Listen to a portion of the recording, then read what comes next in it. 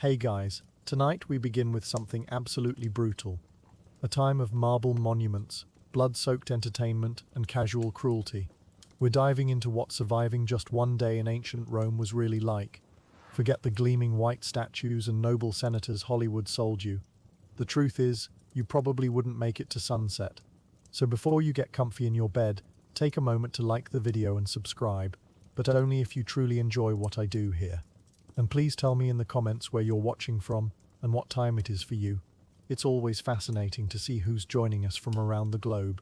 Now, dim your lights, get comfortable, and let's ease into tonight's journey together. Congratulations, you've just materialized in Rome, 150 CE, during the reign of Emperor Antoninus Pius. The good news is you're in the most powerful city on Earth, center of civilization, home to 1 million people. The bad news is almost everything here wants to kill you, from the water you drink, to the food you eat, to the very air you breathe. Let's start with where you wake up. You open your eyes in an insula, a Roman apartment building. Sounds civilized, right? Wrong. You're on the 5th floor of a 6-story building that would make modern building inspectors weep. There's no elevator, obviously. There's no reinforced concrete. There's definitely no fire escape. These buildings are constructed from wood and mud brick, held together with hope and the occasional prayer to Vesta. The wealthy Romans live in spacious houses at ground level. You're not wealthy. You're crammed into a room roughly the size of a modern walk-in closet with 3 other people, none of whom have bathed in a week. The first thing that hits you is the smell. Imagine a combination of unwashed bodies, chamber pot contents, cooking smoke, and something that might be a dead rat in the walls. There's no ventilation system. The single window, just a hole in the wall, offers a view of another insula so close you could reach out and touch it. In summer, this room becomes an oven. In winter, it's barely warmer than outside because there's no central heating up here. The wealthy have hypercausts, underfloor heating systems. You have a small charcoal brazier that fills the room with smoke and presents a constant fire hazard. Speaking of fire, these insulas burn down regularly, like several times a year across the city.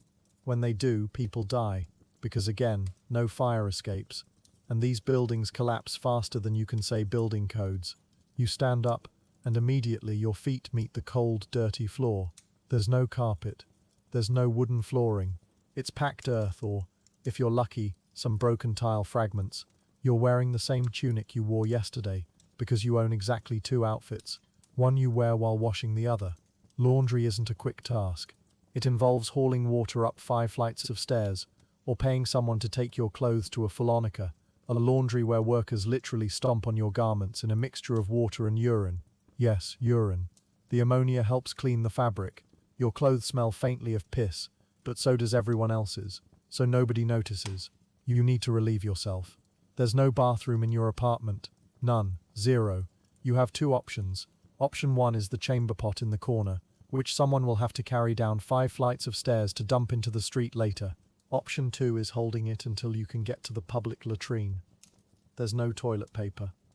You'll use a sponge on a stick that's shared with everyone else. The latrine is a row of holes over a channel of running water. No stalls, no privacy. You sit shoulder to shoulder with strangers while conducting your business. Romans treat this as a social activity. You find it horrifying. Also, sometimes sewer gases build up in those channels and explode, which can result in you getting burned in a place you really don't want to get burned. But we're getting ahead of ourselves. First, you need water. You stumble down 5 flights of narrow, dark stairs. There's no handrail. The steps are uneven. People have died falling down these stairs. But the landlord doesn't care because the demand for housing in Rome far exceeds supply. You can fall down the stairs or sleep in the street. Those are your options. You emerge onto the street, and the assault on your senses intensifies. The sun is just rising, but Rome is already loud. There's no noise ordinance. Merchants are shouting about their wares. Wagon wheels are grinding over stone. Someone's rooster is crowing. A baby is screaming. Dogs are barking.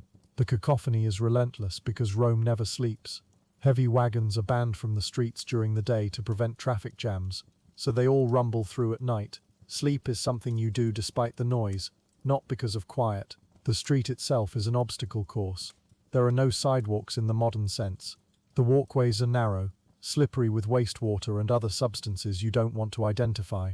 The The Roman streets are basically open sewers with stepping stones to cross. Yes, those iconic stone blocks you see in Pompeii aren't decorative. They're so you can cross the street without wading through a river of urine, feces and garbage. The Cloaca Maxima, Rome's great sewer, handles some of the waste, but most neighborhoods just throw everything into the streets. The law technically forbids dumping chamber pots out windows, but enforcement is spotty at best. People do it anyway, sometimes while you're walking below. There's even a legal precedent for suing someone who injures you by dumping waste on your head, which tells you this happens often enough to require legal precedent. You make your way to the public fountain.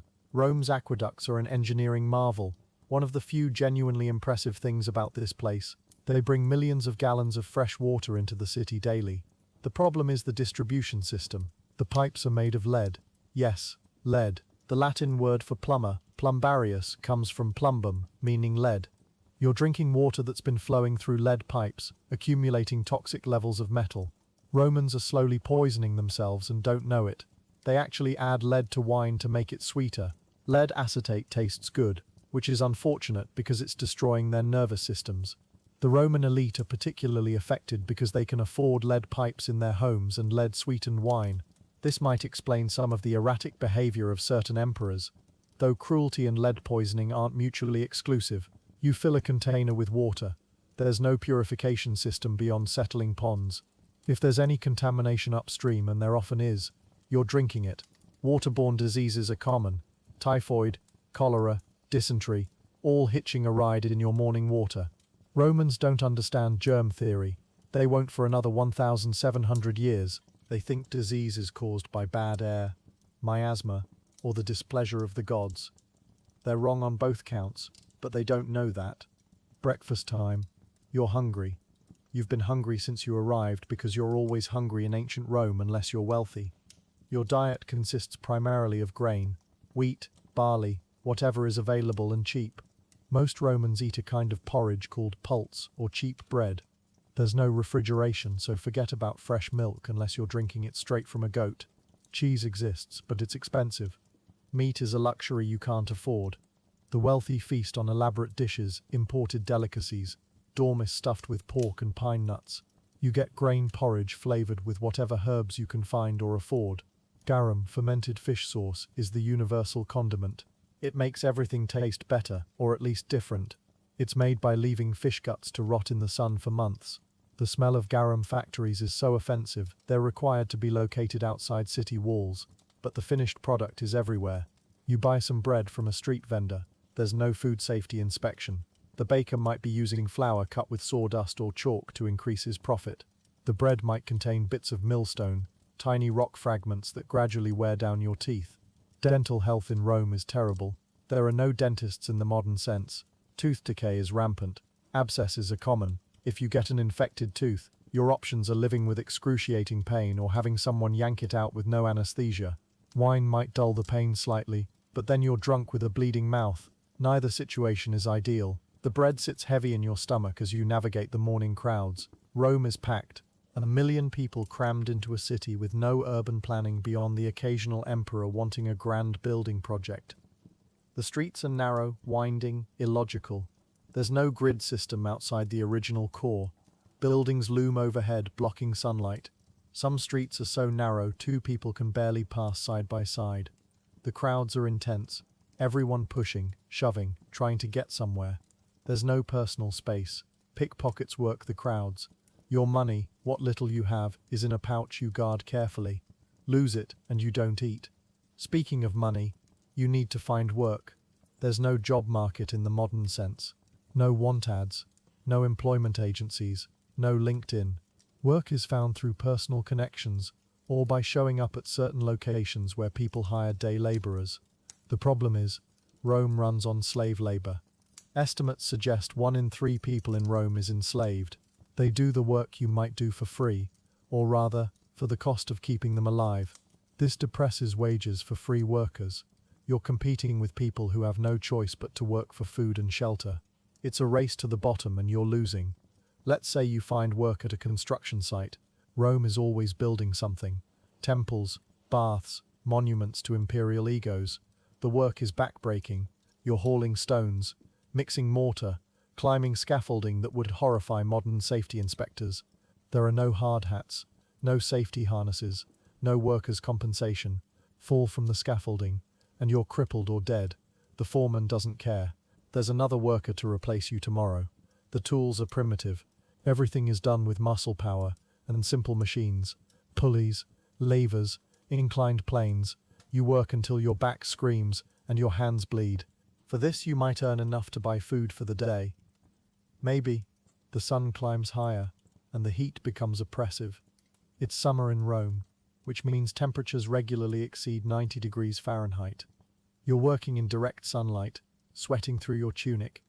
There's no water cooler. You drink when you can find water, hoping it doesn't make you sick. Heat exhaustion is a real risk. Heat stroke kills. Romans don't understand electrolyte balance or proper hydration. They just know that sometimes people collapse and die when it's hot. You try not to be one of them. Lunch is bread again, maybe with some onions if you're lucky. You sit in whatever shade you can find, which isn't much. The other workers are a mix of free citizens like you, freedmen who were once enslaved, and actual slaves working alongside you. The social hierarchy is complex and brutal. Citizens have rights, theoretically. Freedmen are second-class citizens, always carrying the stigma of having been enslaved. Slaves are property. The man working next to you might be a slave, might be a freedman, might be a citizen who's fallen on hard times. In the harsh light of day, covered in sweat and dust, you all look the same, miserable. The afternoon stretches on, your body aches. The monotony of the work is broken only by its difficulty. Modern construction workers have power tools, machines to lift heavy loads, safety regulations. You have your back and your hands and the constant knowledge that injury means destitution. There's no health insurance, there's no disability payment. Get hurt, and you're reduced to begging. Rome has beggars everywhere. People with missing limbs, blindness, deformities, injuries. They line the streets near temples and wealthy houses, hoping for charity. Some disabilities are from birth, some from disease, many from accidents that would be preventable with modern safety standards. You try not to think about joining their ranks. As the day wears on, you notice something else. The city smells worse as it heats up. Garbage in the streets is cooking in the sun. Human and animal waste is ripening. The smell is a physical presence, thick and nauseating. Romans burn incense, lots of incense, trying to cover the stench. It helps slightly. The wealthy have perfumes, expensive scents from across the empire. You have the smell of your own sweat and the city's decay. It's all mixing together into an olfactory nightmare that you can taste in the back of your throat. Work finally ends as the sun begins its descent. You've been laboring for 10, maybe 12 hours. Your payment is a handful of coins, sestatai, enough to buy food and maybe contribute to rent. There's no savings account. You live day to day, payment to meal, constantly on the edge of starvation and homelessness. The economy runs on cash. Banks exist, but they're for the wealthy. You deal in small coins, constantly worried about having enough. You need to eat properly, or what passes for properly in Rome. You head to a thermopolium, a kind of ancient fast food restaurant. These are everywhere because most insulae don't have kitchens. Fire hazards, remember? The thermopolium has large clay jars set into a counter, filled with hot food, stews, vegetables, maybe some meat if you can afford it. The food has been sitting in these jars for hours. There's no temperature control beyond keeping it warm. Food poisoning is common. You eat anyway because you're starving, and this is your option. The proprietor serves you with hands that have touched money, food, and who knows what else. There's no hand-washing station. Soap exists, but it's not common. Most people just rinse their hands with water if they bother at all. The stew tastes heavily of garum and is lukewarm and suspicious. You eat it sitting on a bench outside the thermopolium, watching Rome's evening unfold. The city is transforming. The prohibition on heavy wagons during daylight is lifting, and soon the streets will be full of traffic. The noise will intensify. Sleep, already difficult, will become nearly impossible. You consider visiting the baths, one of Rome's genuine contributions to civilization. Public baths are everywhere, relatively cheap, and one of the few places where you can actually get clean. But baths have their own risks. Let's talk about Roman baths. They're architectural marvels, social centers, places to see and be seen. They're also breeding grounds for disease. The water isn't chlorinated. It can't be. Chlorine won't be discovered for another 1,600 years. The baths are heated, which feels wonderful for your aching muscles, but also creates perfect conditions for bacteria. Romans don't empty and refill the baths frequently. Water is precious, even with the aqueducts. The same water sits there, warming, accumulating the oil and dirt and other substances from hundreds or thousands of bodies. Skin infections spread easily. Eye infections are common. There's archaeological evidence of various parasites and diseases in Roman bath systems. But you're filthy, and your body hurts, so you go anyway. The bath complex is impressive. Mosaic floors, painted walls, soaring ceilings. Romans know how to build. You pay your small entrance fee and proceed through the bathing sequence. First, the tepidarium, the changing room. You strip and leave your clothes with an attendant, hoping they'll still be there when you return. Theft is common. You're naked now, along with everyone else.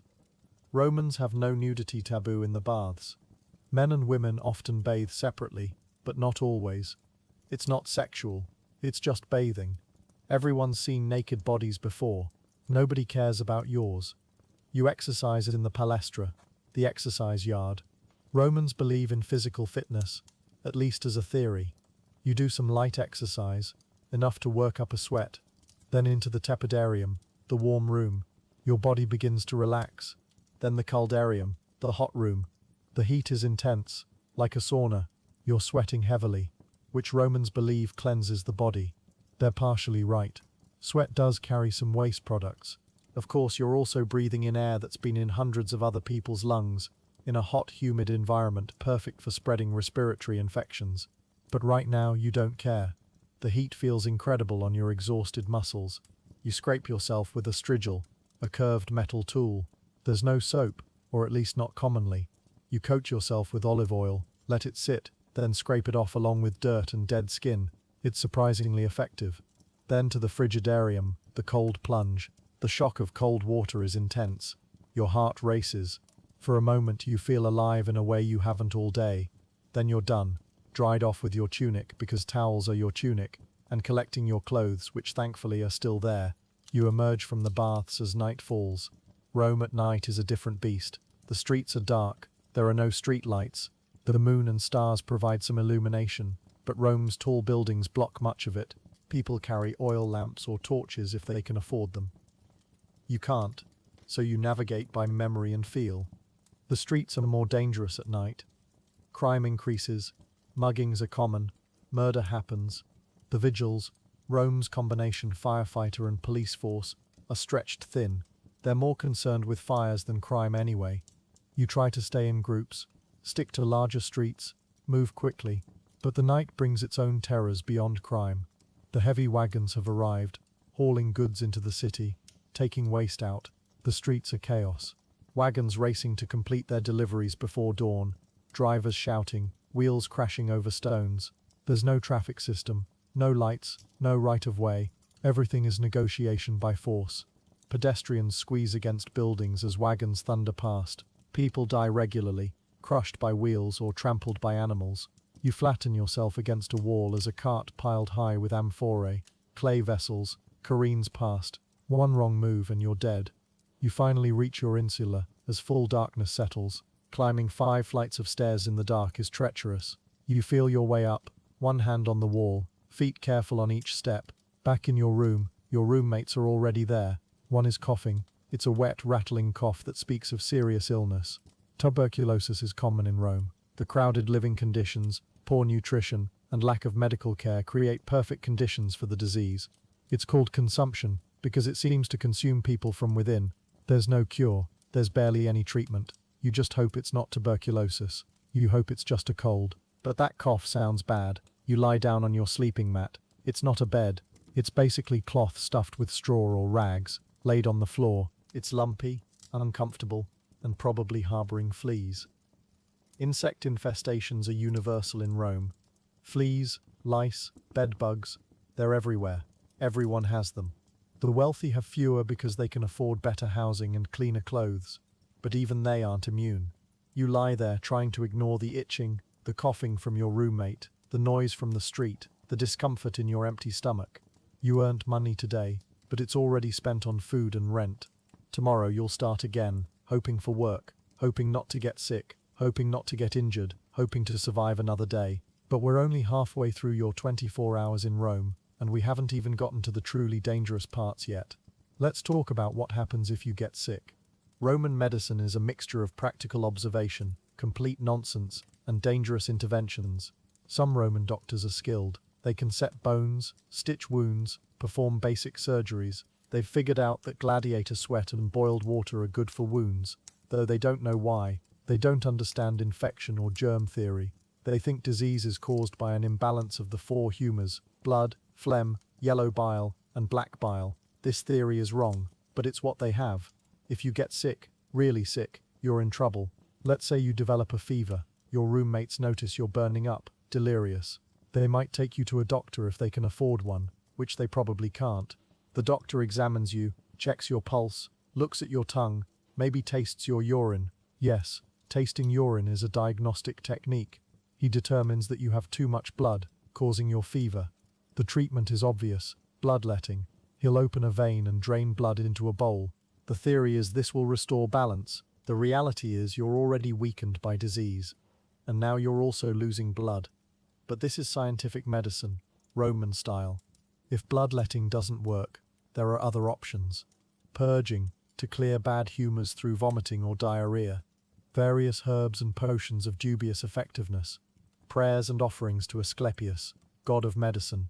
Magical amulets. Maybe all of the above, simultaneously. Some treatments work despite Roman medical theory. Willow bark actually does reduce fever, because it contains salicylic acid, the precursor to aspirin. Romans don't know this. They just know it sometimes helps. Other treatments range from useless to actively harmful. Lead-based treatments are common. Mercury is used for various ailments. Both are poisons, but Romans don't know that either. Now let's say you don't get sick. You've somehow made it through your first day, but Rome has other dangers. Let's talk about fire. These insulas are tinderboxes, cooking fires, oil lamps, charcoal braziers, all in wooden structures packed with people. Fires start regularly. When they do, they spread fast. The insulas burn from the inside out, flames shooting up the central light. Well, that provides ventilation. The upper floors where you live are the first to become inaccessible. People die, trapped by flames or smoke, or jumping from windows. The vigiles do their best. They have buckets, pumps, hooks to pull down burning buildings to create fire breaks. But they're fighting with primitive equipment against a fire that's already out of control by the time they arrive. Entire neighborhoods burn. It happened under Nero, the Great Fire of 64 CE. Much of Rome burned. Nero may or may not have fiddled. Probably not. But he definitely used the cleared land to build his golden house, a massive palace complex. The people who lost their homes got temporary shelters and eventually rebuilt. But many died in the initial fire, and more died afterward from injuries, displacement, starvation. And if fire doesn't get you, there's always collapse. Remember, these buildings are poorly constructed. They're built as quickly and cheaply as possible to maximize profit. Landlords are often wealthy Romans who never visit their properties. They hire managers who squeeze every possible coin from tenants while spending nothing on maintenance. Foundations are inadequate. Materials are substandard. The result is predictable. Buildings collapse. Sometimes gradually, giving warning. Sometimes suddenly, burying everyone inside. There's a famous letter from Pliny the Younger describing an insular collapse. He writes about it as a notable event, which suggests it's not everyday occurrence, but it's common enough that he's not shocked it happened, just interested in the details. Let's talk about violence. Rome is violent. Casually, regularly, spectacularly violent. The entertainment options make modern action movies look tame. The Colosseum, officially the Flavian amphitheater, hosts games where people and animals die for sport. Gladiator fights are the main attraction. These aren't choreographed WWE matches. They're actual fights to the death, or at least to serious injury. Gladiators are trained fighters, often slaves or criminals, sometimes free men who've signed up for the fame and money. They fight with various weapons: swords, tridents, nets, shields. The crowd decides who lives and who dies. Thumbs up, the loser lives. Thumbs down, he dies. It's democracy applied to murder. But gladiators are just the start. The games include animal hunts, venations, where exotic animals from across the empire are released into the arena to be killed. Lions, tigers, bears, elephants, rhinoceroses, hundreds of animals slaughtered in a single day. Sometimes the animals fight each other, sometimes they fight humans, sometimes criminals are thrown into the arena, unarmed, to be torn apart. This is considered both entertainment and justice. Kill someone, commit serious crimes, refuse to worship the emperor, and you might end up as lion food. Public executions are entertainment. Crucifixions line the roads outside Rome. Criminals, slaves who killed their masters, rebels, then nailed or tied to crosses and left to die slowly. It takes days. The pain is excruciating. Victims die from exhaustion, dehydration, suffocation as their bodies sag and they can't breathe. It's designed to be a deterrent, a warning. The crucified are left up after death, bodies rotting, picked apart by birds. You walk past these on your way into the city. Everyone does. It's normal. Rome is built on slavery. This isn't the slavery of house servants that might be relatively benign. This is industrial-scale forced labor. Slaves work mines, where they die young from injury and disease. They work latifundia, massive agricultural estates, where they're worked until they drop. They work brothels, forced into prostitution. They work as gladiators, fighting for their lives for the amusement of free citizens. The cruelty is systematic and casual. A slave who runs away gets branded on the face when caught. Jov for fugitivus. They're marked for life. A slave who kills their master triggers the senatus consultum silenianum, a decree that all slaves in the household must be executed. All of them, guilty or not, children included. This happened. It's not theoretical. The legal system is brutal. There's no presumption of innocence, no right to remain silent, no protection against self-incrimination. Torture is routinely used on slaves to extract testimony, because Romans believe slaves will only tell the truth under torture. The irony that tortured people will say anything to make it stop doesn't seem to occur to them. Punishments are harsh and public. Flogging, mutilation, execution, all done where everyone can see. The message is clear: obey or suffer. Your 24 hours continue. Morning comes again, assuming you survived the night. The room is still crowded, still smelly, still home. Your roommate is still coughing. You're still hungry. You face another day of searching for work, eating inadequate food, avoiding disease and injury and crime. This is life in Rome, not for everyone. The wealthy live well. They have spacious houses, domus, with private courtyards, running water, art, comfort. They eat elaborate meals. They have slaves to handle everything unpleasant. They attend the baths at hours when the better crowds are there. They watch the games from comfortable seats. Their lives are genuinely pleasant, as long as they don't think too hard about how their wealth is generated. But you're not wealthy. You're one of the plebs, the common people who make up the vast majority of Rome's population. Your life is hard, short and brutal. Life expectancy in Rome is roughly 25 to 30 years. This is skewed by high infant mortality. Children die constantly from disease, malnutrition, accidents. If you survive to adulthood, you might make it to 40 or 50, maybe 60 if you're lucky and tough. But most people don't make it that far. Disease, injury, malnutrition, violence, they all take their toll. And let's not forget the lead. Rome is poisoning itself slowly.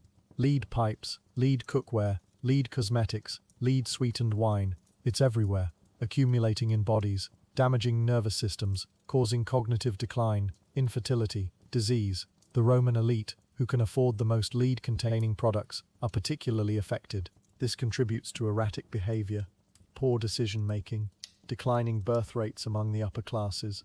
Rome is literally toxifying its leadership while they think they're living well. The religious landscape is complex. Rome has gods for everything. Jupiter, king of the gods; Juno, his wife; Mars, god of war; Venus, goddess of love; dozens more, official and unofficial. You're expected to participate in state religion, make offerings, attend festivals. It's as much civic duty as spiritual practice. But private beliefs vary widely. Mystery cults like Mithraism and the cult of Isis are popular. Christianity is spreading, though it's still a minor sect and periodically persecuted because Christians refuse to worship the emperor. Romans find this baffling and offensive. How hard is it to burn a little incense to the emperor's genius and get on with your life? For Christians who believe there's only one God and the emperor isn't him, it's impossibly hard. They face execution rather than compromise. Romans see this as stubborn and stupid. Christians see it as faith. The misunderstanding is total. Politics in Rome is technically a republic, but really it's an empire. The Senate exists but has limited power. The emperor controls the military, which means he controls everything. Some emperors are competent, some are insane. You get no choice in the matter. There are no elections for emperor. It's hereditary, or determined by the military, or both. The Praetorian Guard, the emperor's personal military unit, has been known to assassinate emperors they don't like and auction the position to the highest bidder. Yes, auction. The empire once went to Didius Julianus, who bid 25,000 sesterces per soldier. He lasted 66 days before being executed by his successor. This is the political stability you live under. Economic inequality is extreme. The wealthy have more money than they can spend. They own vast estates, multiple properties, thousands of slaves. They display their wealth through elaborate homes, public buildings, games and festivals sponsored for the masses. The poor struggle to eat. There's no middle class in the modern sense. You're either wealthy or you're struggling. Social mobility exists but is rare. A successful merchant or a freedman with skills might become wealthy, but it's not common. Most people live and die in the class they're born into. The grain dole helps prevent total starvation. The Roman government provides free grain to citizens, roughly 200,000 of them. It's not charity, it's politics. Keeping the masses fed prevents riots. Give them bread and circuses, and they won't revolt. It's a cynical calculation that mostly works, but the grain dole provides only grain. You need to grind it, cook it, and supplement it with other food. It keeps you from starving, but not from being hungry. Let's talk about women in Rome. If you're a woman, everything we've discussed is worse. Women have limited legal rights. A woman is under the control of her father or husband, her paterfamilias. She can't vote, can't hold office, can't legally control property without a male guardian's consent. Wealthy women have some informal power through influence, but legal power is denied them. Poor women work, in shops, in markets, in homes. They're paid less than men for the same work. Childbirth is extremely dangerous. There's no modern obstetrics. Complications during birth kill routinely. Infection after birth kills more. Women have baby after baby, hoping some survive. Infant mortality is 50. Women keep having children because they must, to ensure some survive, to have support in old age, because it's expected. Sexual violence against women is common and rarely punished. A free woman can seek legal recourse, theoretically. A slave woman has no recourse. She's property. Her owner can do what he wants. Female slaves in brothels have life expectancies measured in years. They're used up and discarded. This is legal and normal. Rome is a patriarchal society where women are second class at best. Children don't have it better. Infant exposure is practiced. A newborn can be legally rejected by the father. If the father doesn't accept the child, it's exposed, left outside to die. Sometimes people collect these infants to raise as slaves. Sometimes they just die. It's legal. It's accepted. Children who are kept aren't necessarily safe. Child mortality is high. Disease, malnutrition, accidents, all claim young lives constantly. Children work as soon as they're able. There's no childhood in the modern sense. No protection. No dedicated time for play and learning. Poor children work or beg. Wealthy children are educated by tutors, learning Greek, rhetoric, mathematics. The gap between rich and poor starts from birth. Education for common people is minimal. You might learn basic reading and writing if your parents can afford to send you to a school, which is just a room where a teacher instructs students. Most people are illiterate. It's not necessary for their lives. Literacy is for the wealthy, for scribes, for officials. You live in a world of oral culture, where information spreads by word of mouth, where stories and history are told, not read. Entertainment for the masses is the games, as discussed, plus festivals and street performers. Dice games are popular. Drinking is popular. Taverns exist throughout the city, selling cheap wine that's probably adulterated. You drink it anyway because water might be contaminated. Wine is safer. The alcohol content is low by modern standards, but you're malnourished, so it affects you more. Drunkenness is common. It's an escape from the grind of daily existence. As your 24 hours in Rome wind down, let's consider disease more thoroughly. Malaria is endemic in Rome. The city is built on marshland, perfect for mosquitoes. Summer months are the fever season, when waves of malaria sweep through. There's no quinine, No treatment beyond rest and hope. Many die. Survivors often have recurring bouts of fever throughout their lives. Typhoid and dysentery are common, spread through contaminated water and food. Gastrointestinal illness is a constant threat. You're always one bad meal away from days of misery or worse. Tuberculosis, as mentioned, is common in crowded conditions. Leprosy exists, though it's less common in Rome than elsewhere. Smallpox will arrive later, brought from the east during the Antonine Plague in 165 CE. It will kill millions. Plague itself, probably smallpox or measles, sweeps through periodically. Rome's population density and trade connections mean diseases spread quickly. There are no antibiotics, no antivirals, no vaccines. Your immune system is your only defense, and it's compromised by malnutrition and constant exposure to pathogens. Parasites are universal. Intestinal worms, contracted from undercooked meat or contaminated water, are in almost everyone. They cause malnutrition, anemia, weakness. There's no effective treatment. Some doctors prescribe herbs that might help slightly. Mostly you just live with parasites eating you from the inside. Head lice are everywhere. Body lice spread typhus. Fleas spread plague, though the big plague outbreaks are still centuries away. But the fleas are here now, biting, spreading disease on a smaller scale. Your skin is probably covered in some kind of rash or infection. Fungal infections thrive in the heat and poor hygiene. Scabies is common, tiny mites burrowing under your skin, causing intense itching. You scratch, which causes wounds which get infected. There's no antifungal medication, no antibiotics for the infections. You just suffer and hope your body eventually deals with it. Let's talk about what you're breathing. Air quality in Rome is terrible. Cooking fires, workshops, forges, baths, all producing smoke. The air inside buildings is worse than outside because of the charcoal braziers and oil lamps. Lead particles from all the lead working, dust from construction, all floating in the air you breathe. Your lungs are under constant assault. Chronic respiratory problems are common. Coughing, wheezing, difficulty breathing. These are normal parts of life. You accept them because everyone has them. The noise pollution is as bad as the air. We touched on this, but it bears repeating because it never stops. Day and night, Rome is loud. Hammering from workshops, vendors shouting, animals braying, wagon wheels on stone, babies crying, people arguing. The sound echoes off the tall buildings, amplifying and distorting. There's no escape. Even in your room at night, the street noise penetrates. Sleep deprivation is chronic. You're always tired, which makes everything harder, makes you more susceptible to disease, more likely to have accidents, shorter-tempered, less able to cope. Your mental health is suffering too, though Romans don't have that concept. They recognize madness, but the subtle grinding down of constant stress, danger and deprivation isn't understood.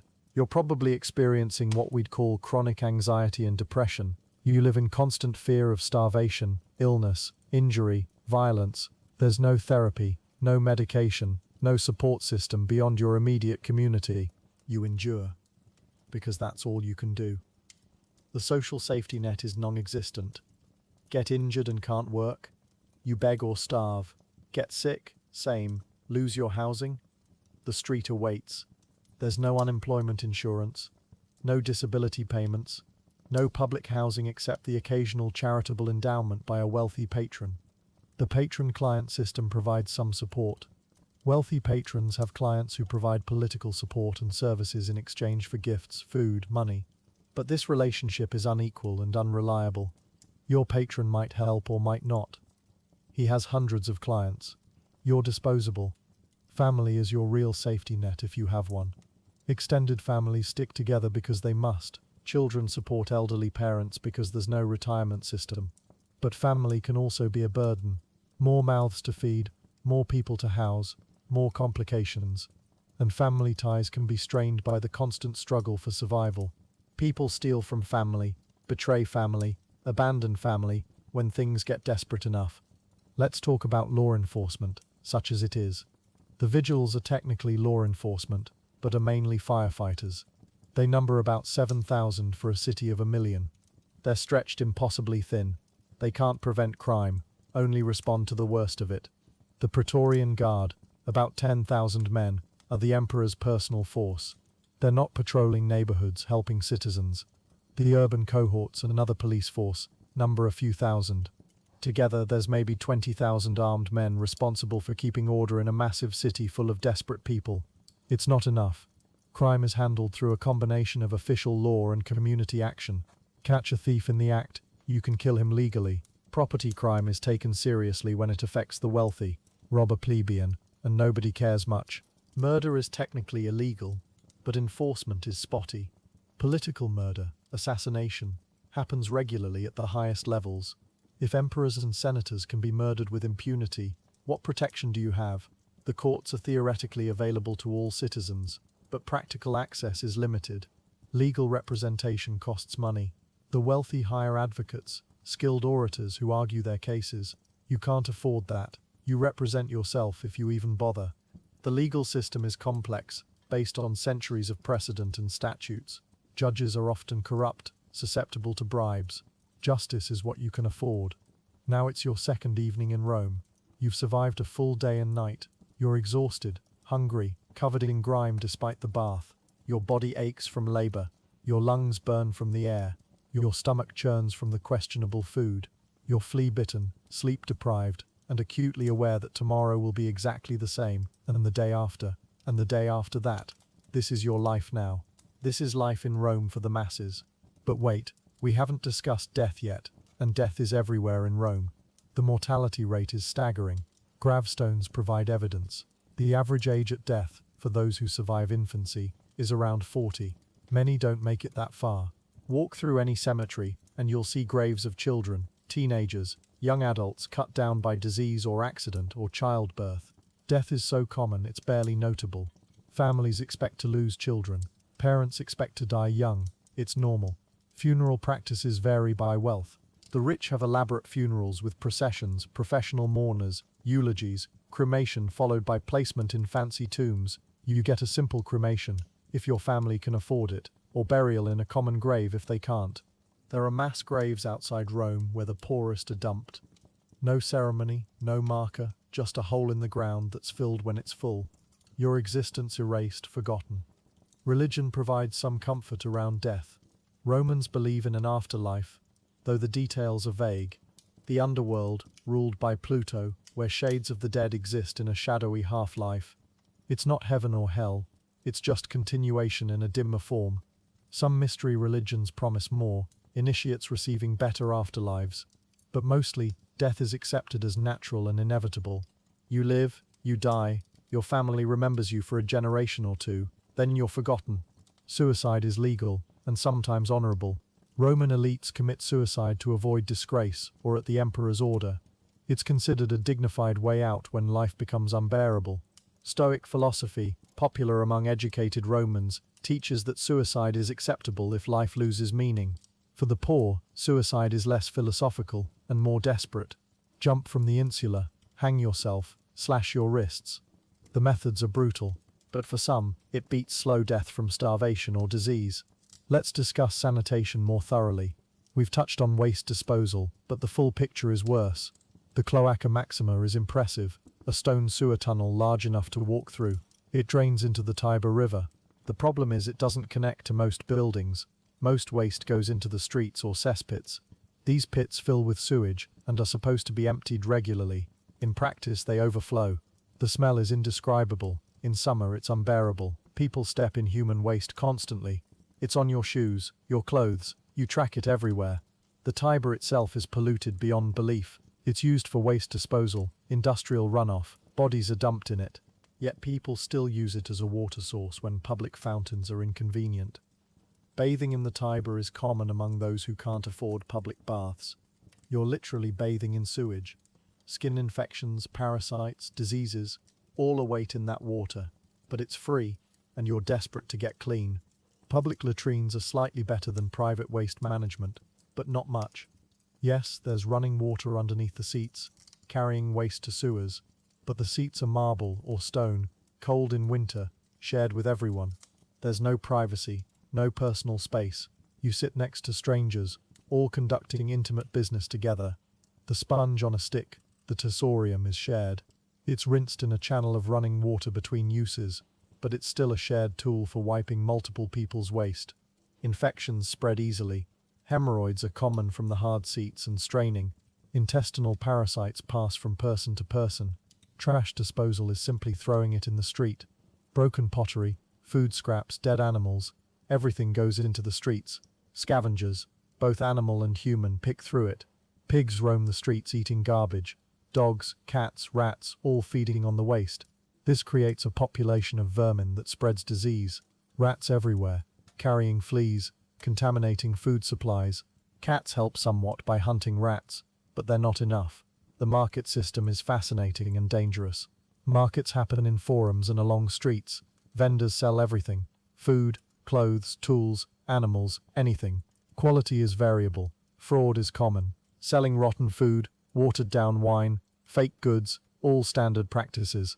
Caveat emptor, buyer beware, is the rule. You inspect everything carefully before buying, but you're not an expert. You get cheated regularly. The meat might be from a sick animal. The wine might be mixed with seawater. The olive oil might be mostly something else. You eat it anyway, because you already paid and you're hungry. Food preservation is primitive. Salting, smoking, drying, pickling in vinegar. These work but change the food significantly. Fresh food is available seasonally, but spoils quickly. There's no refrigeration. Meat is butchered and sold immediately. If it doesn't sell, it's sold cheaper as it starts to rot. The poorest buy meat that's beginning to turn, cooking it heavily to mask the taste and hopefully kill anything dangerous.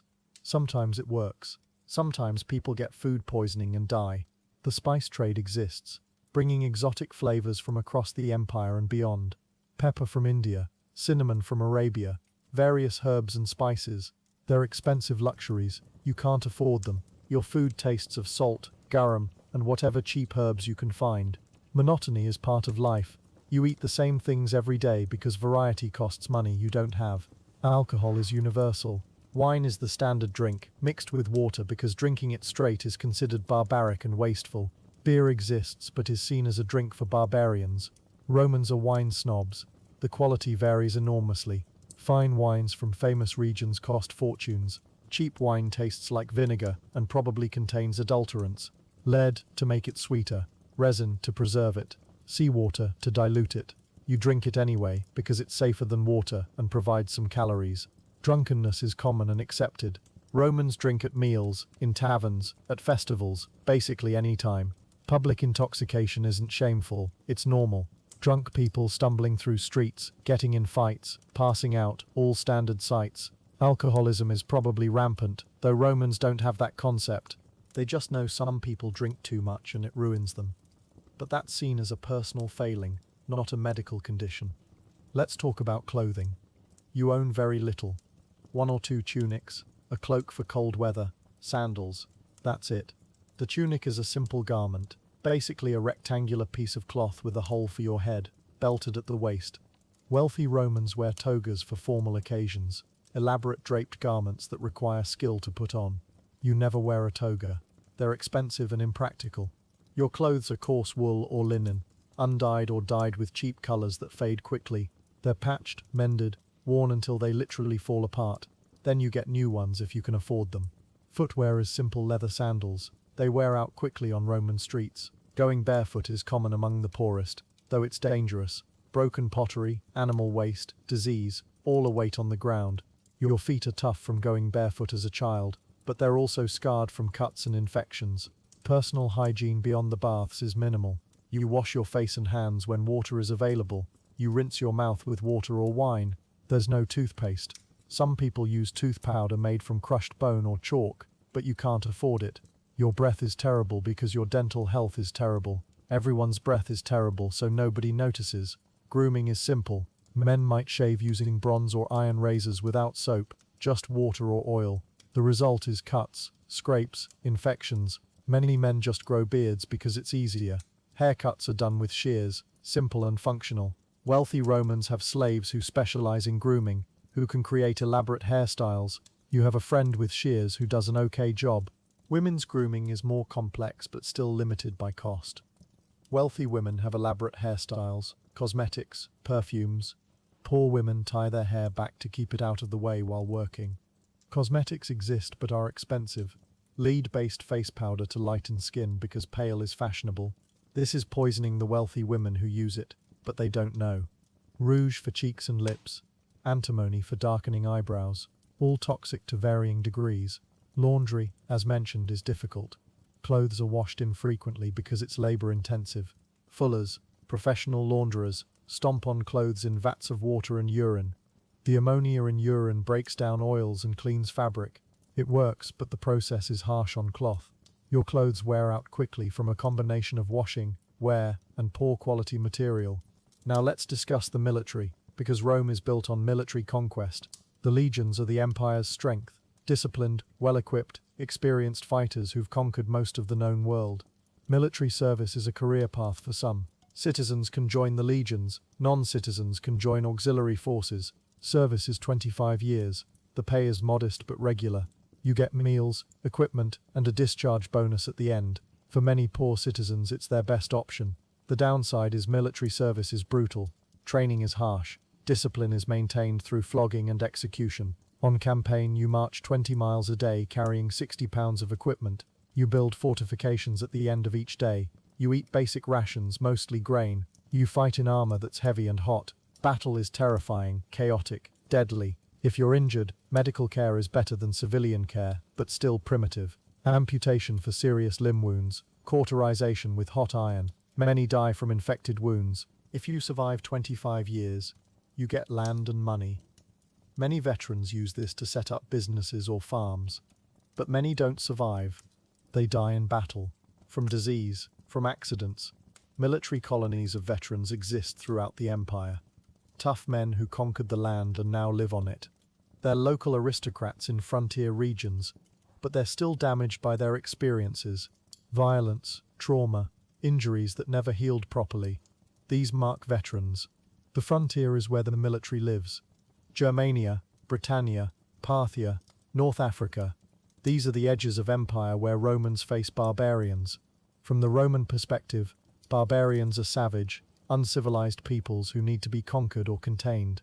From the barbarian perspective, Romans are invaders destroying their way of life. Both perspectives are valid. The frontier is violent, contested space where cultures clash and people die. Back in Rome, gladiators are training. Let's talk about them more. Gladiators are celebrities, especially successful ones. They're also enslaved fighters or volunteers who've signed away their rights for money and glory. Gladiatorial schools, ludi, are prisons where men train to kill each other. The training is intense. They learn specific fighting styles, murmillo, thrakes, retiarius, each with different weapons and armor. They're fed well because they're expensive investments. But their life expectancy is short. A gladiator might survive several fights, might even win their freedom after many years, but most die in the arena. The games serve multiple purposes. Entertainment, obviously. Political tool, keeping the masses happy. Religious function. Funeral games honor the dead. But mainly it's about violence as spectacle. Romans enjoy watching people and animals die. It's normalized, celebrated. Modern sensibilities find this horrifying. Romans would find our squeamishness baffling. Death is everywhere in their world. Why not make it entertaining? The Colosseum itself is an architectural marvel. It seats 50,000 people. It has a complex system of underground passages, elevators for bringing animals and fighters to the arena floor, a retractable awning for shade. It's one of the most sophisticated buildings in the ancient world, and it's built specifically for killing. The juxtaposition of advanced engineering and brutal purpose is very Roman. Chariot racing is the other mass entertainment. The Circus Maximus holds 150,000 people for races. 4 teams, 4 colors: red, white, blue, green. Fans are intensely loyal to their teams. Riots have happened over racing. The charioteers are celebrities, often freedmen or slaves who can win fame and money. The racing is dangerous. Chariots crash, drivers are trampled, horses die. The danger is part of the appeal. Romans are obsessed with spectacle, with grandeur, with impressing through scale. The architecture reflects this. Massive temples, huge forums, elaborate baths, triumphal arches, victory columns. Everything is big, imposing, designed to inspire awe and communicate Roman power, and it works. Rome's buildings are impressive even in ruins 2,000 years later. In their prime, painted, decorated, gleaming, they must have been stunning. But this grandeur is built on suffering. The marble is quarried by slaves. The construction is done by the poor. The money comes from conquest and taxation. Rome's glory has a cost, and that cost is paid by people like you. You contribute your labor, your taxes, your suffering, so that wealthy Romans and emperors can build monuments to themselves. Social relationships are complex. Friendship exists, but it is often transactional. You help someone, they help you. Patronage works this way on a larger scale. Trust is hard to come by when everyone is desperate. Betrayal is common. Someone might inform on you to authorities for a reward. Your friend might steal from you if they're hungry enough. Loyalty is a luxury of the wealthy. Love and romance exist, of course. Humans are humans, but practical concerns dominate. Marriage among the poor is about survival, pooling resources, having children to support you in old age. Romantic love is for the wealthy who can afford such luxuries. You marry someone who can help you survive. If you're lucky, you also like them. Sexual relationships outside marriage are common. Prostitution is legal and common. Brothels are everywhere, marked by explicit signs. Sex is transactional, another service bought and sold.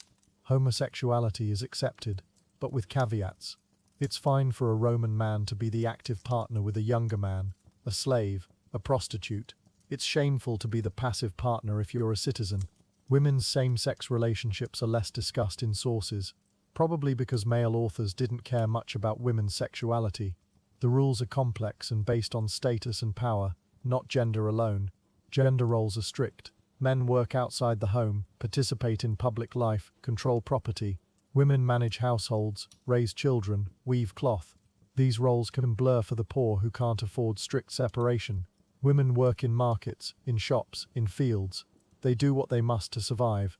But the ideal is separate spheres, men public, women private. Children, as mentioned, have high mortality rates. Those who survive are put to work young. By age 7, children are helping with household tasks, minding younger siblings, working in family businesses. Formal education is for the wealthy. Poor children learn through apprenticeship, watching and imitating adults. Reading and writing are unnecessary for most occupations. You need to know how to do your job, not how to read poetry. Play exists but is limited. Children make toys from scraps, play street games, imitate adult activities. There's no toy industry. A ball might be a pig's bladder inflated. A doll might be a stick wrapped in cloth. Imagination fills the gaps. Children grow up fast because they must. Childhood innocence is another luxury of the wealthy. Religion permeates daily life. Household shrines, loraria, honor the family's protective spirits. You make daily offerings, burning incense, leaving food. It's not about belief in the modern sense. It's about maintaining proper relationships with the divine. Don't anger the gods, and maybe they won't mess with you. It's transactional, like everything else in Rome. Omens and divination are taken seriously. Priests interpret the flights of birds, the entrails of sacrificed animals, thunder, unusual events. These signs guide political and military decisions. Emperors consult augurs before major actions. It seems superstitious to modern minds, but Romans believe the gods communicate through signs. Ignoring omens is dangerous. Magic is common at the lower social levels. Curse tablets, pieces of lead inscribed with curses, are buried or thrown in wells to harm enemies. Love spells, binding spells, protective amulets, all part of folk religion. The educated classes mock this as superstition, but they practice their own forms of magic through philosophy and ritual. Stoicism, Epicureanism, these provide frameworks for understanding the world and one's place in it. They're philosophies but also ways of coping with an uncertain, dangerous world. Philosophy for the poor is simpler. Survive today, hope for tomorrow. Deep thoughts are luxuries. Your concerns are immediate and concrete. Food, shelter, safety, these occupy your mental space. Abstract discussions of virtue and the nature of the good life are for people who don't have to worry about starving. Let's discuss the environment beyond the city. Rome is supplied by a vast hinterland. Farms, estates, villages, all producing food and goods for the city. The countryside is different from the city but not necessarily better. Rural life is hard labor, farming with primitive tools, subject to weather and pests and disease. Rural people come to Rome seeking opportunity, and often find only different forms of poverty. The empire is connected by roads, the famous Roman roads that are impressively engineered and still exist in places. They allow rapid movement of armies, trade goods, information. But traveling is slow and dangerous. Bandits are common. Wild animals are a threat in some regions. Inns along the roads are often dirty and dangerous. Travel is something you do only when necessary. Trade connects the empire. Grain from Egypt, olive oil from Spain, wine from Gaul, silk from China via the Silk Road, spices from India. Goods flow into Rome, payment flows out, mostly in silver and gold. This system works until it doesn't. Currency debasement, inflation, economic problems, these are in Rome's future. For now the system functions, barely. Taxes are heavy. Direct taxes on land, indirect taxes on goods, custom duties, special levies. The tax collectors, publicani, are notorious for corruption and extortion. They buy the right to collect taxes, pay the government a fixed amount, and keep whatever they can extract beyond that. The incentive is to overtax everyone. Complaining is dangerous. The powerful back the tax collectors. You pay or face punishment. The postal system, cursus publicus, is efficient but only for official use. Private correspondence travels with messengers you hire, or with people traveling in the right direction. Communication is slow. A message from Rome to Londinium takes weeks. To Jerusalem, similar time. The empire is vast, and information travels at the speed of horses and ships. Ships are the main way to move bulk goods. Sea travel is faster than land travel for long distances, but also more dangerous. Storms sink ships regularly. Pirates are a constant threat despite Roman naval power. The Mediterranean is relatively safe. The Mare Nostrum, RC. But venture beyond, and risks multiply. Your second day in Rome is ending. The sun is setting again. You've survived another day through luck and effort. You're no wealthier, no safer, no healthier than yesterday. The grind continues. This is life in Imperial Rome. Not the Rome of legend, not the Rome of Hollywood, but the real Rome, where real people struggled and suffered and occasionally found moments of joy. Because joy does exist, even here. A good meal shared with friends, a joke that makes everyone laugh, a moment of rest in the baths, a festival day when you don't have to work, sex with someone you actually like. These moments are rare and precious. They're what keep you going, along with sheer stubborn refusal to die. Humans are remarkably adaptable. You adjust to Rome's horrors because you have no choice. The smell becomes background, the noise becomes normal, the hunger becomes familiar. You develop routines, coping mechanisms, small pleasures that make life bearable. You find meaning where you can, relationships, small successes, religious devotion, pride in your work, however humble. Community is crucial. Your neighbors, the people you work with, your family, if you have them, these are your support system. You help each other because you must. Share food when someone is hungry. Watch someone's children. Warn of dangers. This informal network of mutual aid is what keeps the poor alive. The wealthy have their patron-client relationships and legal protections. You have each other, and sometimes that's enough. Stories provide escape. Rome has a vibrant oral culture. People tell stories, myths, gossip, news. Actors perform in streets and theaters. Musicians play. Entertainers of all sorts provide distraction from harsh reality. You can't read, but you can listen. The stories of gods and heroes, of far-off places, of clever people who outwit their betters, these feed your imagination. For a moment you're elsewhere, someone else. Then the story ends, and you're back to your reality. But for that moment, you are free. Religion, despite its transactional nature, provides community and meaning. Festivals mark the year. They're often the only days you don't work. Religious processions, public feasts, sacrifices, these are community events. They reinforce social bonds and provide structure to time. The calendar is full of religious observances. Some are solemn, some are joyous, some are excuses to party.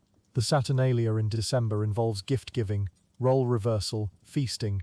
For a few days, social norms relax. Slaves dine with masters.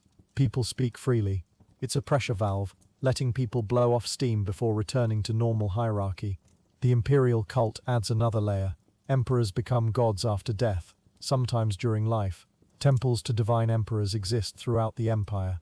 Worshipping the emperor is a political act as much as a religious one. It's declaring loyalty to Rome and the emperor's authority. Refusing is seen as treason. This is why Christians and Jews face persecution. They can't worship the emperor as divine without violating their core beliefs. Most other religions just add the emperor to their existing gods, no problem, but monotheists can't compromise, so they suffer. As night falls on your second day, you face the same challenges as the first. Finding your way home in the dark, avoiding crime, traffic and danger, climbing the stairs, sharing a small room with people who may or may not be healthy, trying to sleep despite noise, discomfort, hunger and fear, and tomorrow you'll wake up and do it all again, and again, and again, until disease or injury or old age or violence ends it. This is the truth about ancient Rome that doesn't make it into the history books. The books talk about emperors, battles, laws, buildings.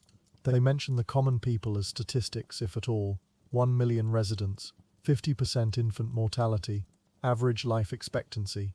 These numbers represent real people, real suffering, real lives lived in difficult circumstances. You are one of those statistics now, just another person trying to survive in history's most famous empire. Your name won't be remembered, your struggles won't be recorded, you'll live your short, hard life and die and be forgotten. In 2,000 years, archaeologists will dig up your bones, if they survive, and extract data, malnutrition, dental disease, healed fractures, lead poisoning, evidence of a hard life, preserved in bone. They'll publish papers about population health in ancient Rome. You'll be a data point. But right now, you're alive. You're a conscious being experiencing this nightmare of a civilization. You feel pain, fear, hunger, exhaustion. You also feel hope, joy, love, pride. You're human as anyone in any era. The circumstances are worse, but the fundamental experience of being alive, being aware, being yourself, that's universal. Romans aren't alien beings. They're people like you, dealing with the world they were born into as best they can. Understanding this is important. History isn't just about great events and famous people. It's about everyone who lived through those times.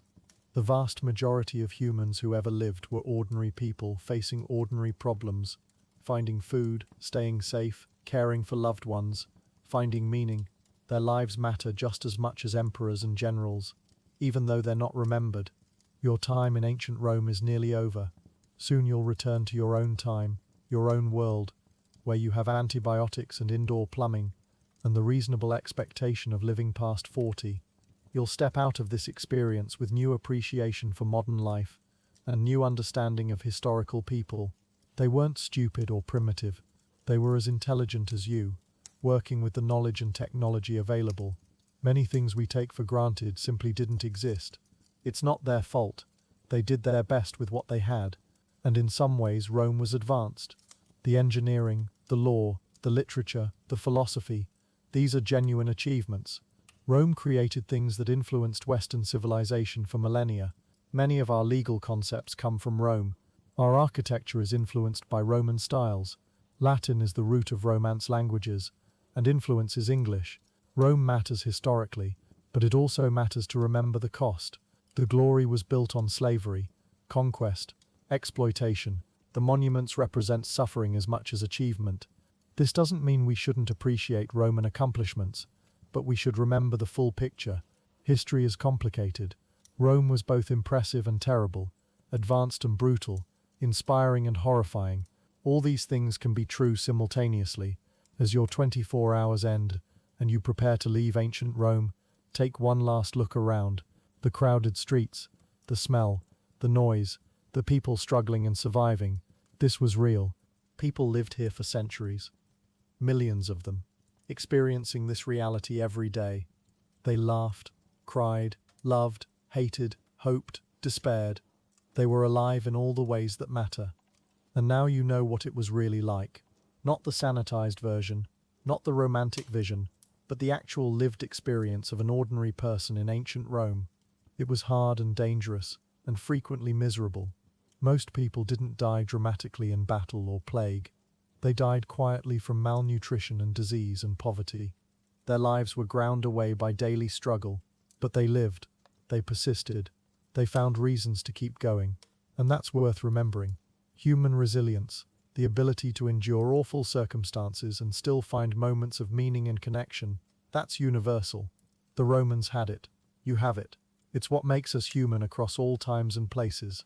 So tonight, as you lie in your comfortable bed in your safe home with your full stomach and your modern medicine and your freedom, think about those Romans. Think about the people who lived and died in that crowded, smelly, dangerous, incredible city. Remember them, the forgotten millions whose names are lost but whose lives were real, and maybe be grateful. Grateful for antibiotics and building codes and food safety regulations and worker protections and human rights and all the things that separate your life from theirs. We live in an age of miracles compared to ancient Rome. Indoor plumbing alone is worth more than all the marble monuments they built. But also be humbled. Those people endured things we can't imagine. They were tough in ways we'll never need to be. They survived despite everything trying to kill them. That takes strength, courage, and an incredible will to live, whatever problems you face in your modern life. Remember, the Romans faced worse, and many of them made it through. Your journey through ancient Rome has ended. The experience will stay with you, the sights and smells and sounds of that impossible city. You've walked streets that disappeared centuries ago. You've lived a life that's completely foreign to modern experience. You've survived barely, for 24 hours in one of history's most famous places. And now you can rest, really rest, in your own time with all its comforts and safety and medical care. Close your eyes knowing that you won't wake up in ancient Rome. You won't have to climb 5 flights of stairs to a dirty room. You won't have to search for work in a city that doesn't want you. You won't have to drink lead-poisoned water or eat questionable food or breathe smoke-filled air. You're home in the 21st century, where life expectancy is double what it was in Rome, where most babies survive, where diseases are treatable, where you have rights and protections and options. It's not perfect. Our time has its own problems, but it's infinitely better than ancient Rome for ordinary people. So rest easy tonight. Let the knowledge of what came before make you appreciate what is now. Let the struggles of those long-dead Romans remind you of how far humanity has come, and let their resilience inspire you to face whatever challenges your own time presents. Sweet dreams, time traveler. You've earned them after surviving a day in ancient Rome. Sleep well, and wake grateful that history is something you can visit but don't have to live. But before we say goodnight, let's dive even deeper into the layers of Roman life that would make your survival even more precarious, because we've only scratched the surface of how many ways ancient Rome could kill you. Let's talk about the legal system in more detail, because understanding Roman law means understanding how little protection you actually have. The 12 Tables, Rome's foundation of law, date back to 450 BCE. They're displayed publicly so everyone can know the law, which sounds democratic until you realize most people can't read. The laws themselves are harsh. Debt can lead to debt bondage, essentially temporary slavery, fail to pay, and your creditor can seize you, chain you, sell you across the Tiber. The law allows this. Your body is collateral. Theft is punished brutally. Caught stealing at night, the victim can kill you on the spot, legally. Daytime theft means flogging and enslavement if you're caught. The death penalty exists for various crimes.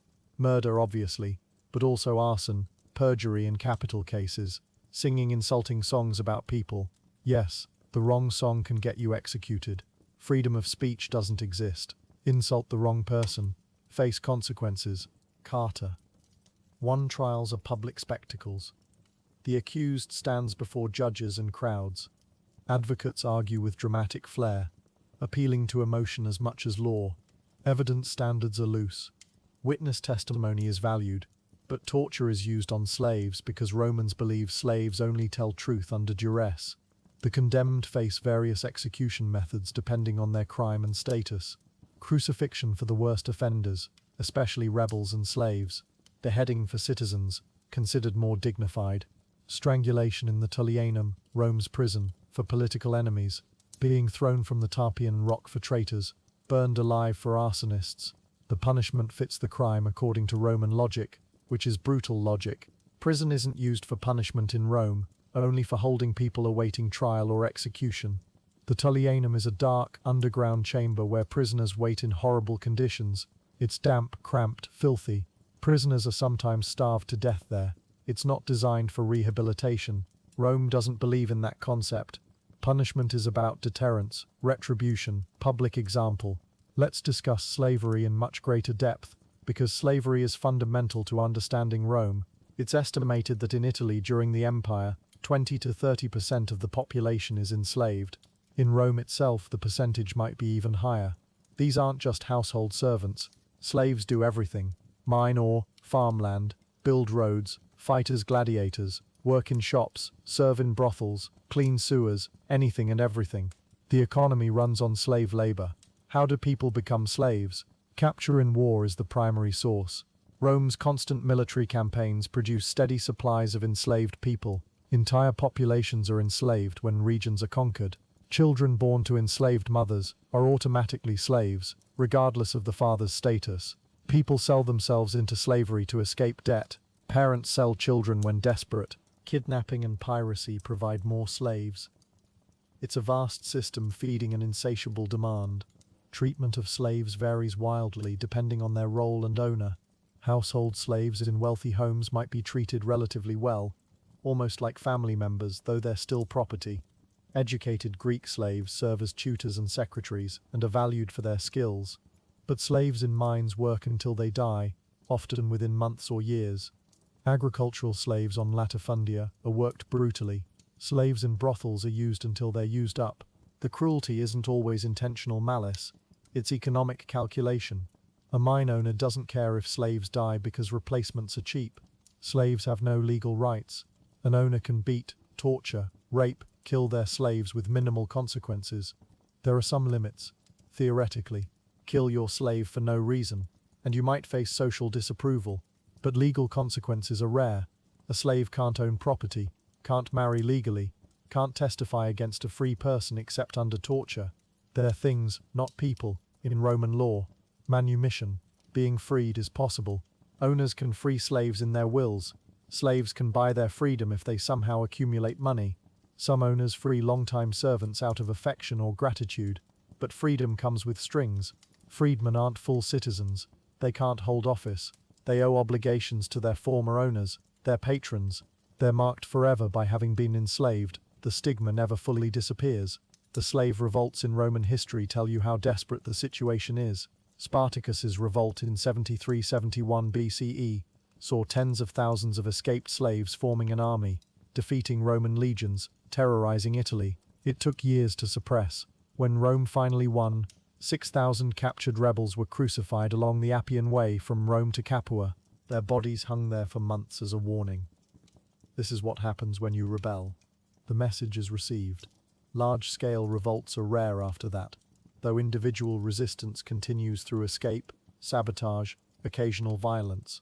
Living alongside slavery as a poor free person is complicated. You're not enslaved, which is something, but slaves compete with you for work, driving down wages. Slave labor makes free labor less valuable. You might work alongside slaves doing the same tasks, but you can leave, theoretically. Though if you have no other options, how free are you really? This tension exists throughout Roman society. Let's talk about women's lives in much more detail. We touched on this, but the reality is worse. A Roman woman is under the legal control of a man her entire life. As a child, her father controls her. When she marries, control transfers to her husband. If widowed, a male relative might become her guardian. She can't vote, can't hold political office, can't speak in the forum. Her role is domestic, bearing children, managing the household, weaving cloth. This is the ideal. Reality is more complex. Wealthy women have influence, not power. They can't hold office, but they can influence their husbands and sons who do. Livia, Augustus's wife, wielded enormous behind-the-scenes power, but it's always indirect, always dependent on men. One wrong move, one divorce, and it's gone. Wealthy women also have property rights under certain conditions. The legal system is complex, but some women control their own wealth, especially widows. This gives them economic power, though still limited by gender. Poor women have different problems. They work because they must. In shops, markets, fields, workshops. They're paid less than men for identical work. Sexual harassment is constant. A woman working in public is assumed to be available sexually, refuse advances from the wrong man, and face consequences. Poor women have less protection because they lack male relatives with power to defend them. Marriage for women is often young. Girls marry in their early to mid-teens, sometimes younger. Their husbands are older, often significantly so. The age gap creates power imbalances. The husband has experience, resources, authority. The wife is essentially a child, legally and practically under his control. Domestic violence is common and legal. A husband can beat his wife for any reason or no reason. Society approves as long as he doesn't kill her, and even that is sometimes excused. Childbirth is the greatest danger women face. Without modern medicine, complications kill routinely. Hemorrhaging, infection, obstructed labor, eclampsia, all death sentences. Midwives attend births, using knowledge passed down through generations. Some are skilled, but they're working without understanding of infection, without effective pain relief, without surgical options. If something goes wrong, mother and baby often die together. Women who survive multiple births are lucky and tough. Their bodies are damaged by repeated pregnancies, prolapse, fistulas, chronic pain. These are common for women who've borne many children. Contraception exists, but is unreliable. Herbal preparations that might prevent pregnancy, or might do nothing, or might poison you. Barrier methods using various materials. Withdrawal, though Romans don't trust men to actually do it. Abortion is practiced using herbs and physical methods. It's dangerous. Many women die from abortion attempts, but women keep trying because bearing child after child is exhausting, dangerous, and economically difficult. The official Roman position is that women should have many children to provide soldiers and citizens. What women want is barely considered. Infanticide, particularly of daughters, is more common than of sons. Sons carry on the family name and inherit property. Daughters require dowries and marry into other families. In hard times, female infants are exposed more often. This creates a gender imbalance. Rome has more men than women in many periods, which affects everything from marriage markets to sexual violence. Sexual violence against women is endemic. Rape is illegal, but enforcement depends entirely on the woman's status. Rape a wealthy citizen's daughter, face serious consequences. Rape a poor woman or a slave, and nobody cares. The law protects male honor and property rights, not women's bodily autonomy. A raped slave woman has no recourse. Her owner might be upset his property was damaged, but the rapist faces punishment only if the owner pursues it, and only as a property crime. Prostitution is legal, regulated, and everywhere. Women work in brothels, on streets, in taverns. Most are slaves or desperately poor free women. They're called lupa, she-wolves, or meretrix, among other terms. The work is dangerous, degrading, disease-ridden. Clients can be violent. There's no protection. A prostitute has no legal standing to refuse any client or any act. She does what she's told, or faces punishment from her pimp or owner.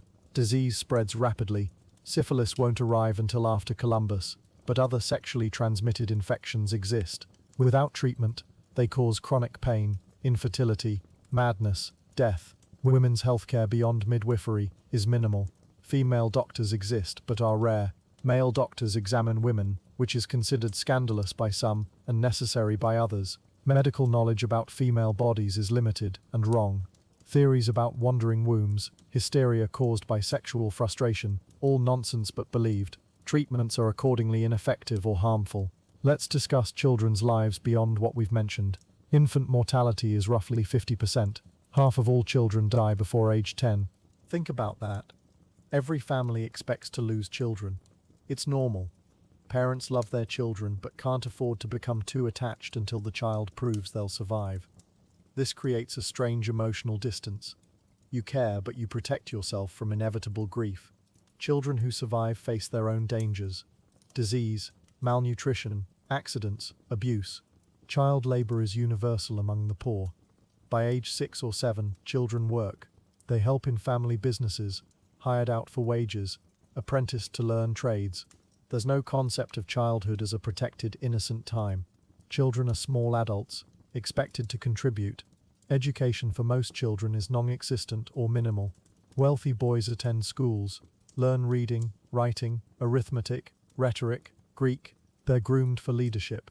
Wealthy girls might receive some education at home, though less than boys. Poor children learn by doing. A boy follows his father, learns his trade. A girl helps her mother, learns domestic skills. This is education, practical and immediate. Child abuse is common and accepted. Beating children is normal discipline. Sexual abuse of children happens, especially to slaves and poor children. Roman society is not protective of children in the modern sense. Children are property of their fathers. The paterfamilias has absolute legal power over his children. can kill them legally under certain circumstances. This power is rarely used to that extreme, but it exists in law and shapes family dynamics. Abandoned children, those exposed as infants, sometimes survive by being collected by people who raise them as slaves or use them for begging or prostitution. Child beggars work for adults who take most of their earnings. Child prostitution exists and is barely remarked upon. Boys and girls both are exploited this way. The prettiest children fetch higher prices. It's a market like any other in Rome's view. Now let's discuss the military in greater depth. Because military service defines Rome. The legions are the empire's backbone. Each legion numbers about 5,000 men, organized in centuries and cohorts with strict hierarchy. Soldiers are citizens, enlisted for 25 years. The pay is modest, around 225 denarii per year for a common soldier. From this they must pay for food, equipment, bribes to centurions. The actual take-home is less than it sounds. Military training is brutal. New recruits drill constantly. Marching, weapons training, construction, all done while carrying full equipment. The pack weighs around 60 pounds. Soldiers march 20 miles per day on campaign, then build a fortified camp at night. Every night, the discipline is enforced through flogging. Step out of line, face the lash. Serious offences bring decimation, where 1 in 10 soldiers in a unit is executed, chosen by lot, killed by their comrades. This happens. It's rare but real, and the threat maintains order. Battle is chaos and terror. Training helps, but nothing fully prepares you for actual combat. Roman tactics emphasize discipline. Formations hold against enemies. The gladius, the short sword, is designed for stabbing in close formation. Shields interlock. You thrust forward into enemy bodies. You feel the resistance as iron enters flesh. You smell blood and bowels and fear sweat. You hear screaming, yours and theirs. Men die around you, on you, their blood splashing your face. If you survive battle, there's no counseling, no treatment for trauma. You drink, you joke, you move on to the next fight. Soldiers develop dark humor, gallows humor, to cope. They bond with their unit, the only people who understand. This creates fierce loyalty, but also isolation from civilian life. Veterans struggle to readjust. They've seen and done things that haunt them. They drink too much, startle at sounds, struggle with rage. Rome doesn't understand PTSD, but it's there in veterans' behavior. Military medicine is better than civilian, but still primitive. Army surgeons are skilled at treating wounds. They can amputate limbs, remove arrows and spears, stitch wounds. They use wine to clean wounds, which actually helps due to alcohol's antiseptic properties, though they don't know why. They use opium and other substances for pain, when available, but infection still kills most soldiers who survive initial wounds. Gangrene sets in, fevers burn, men die slowly in medical tents, disabled veterans face uncertain futures.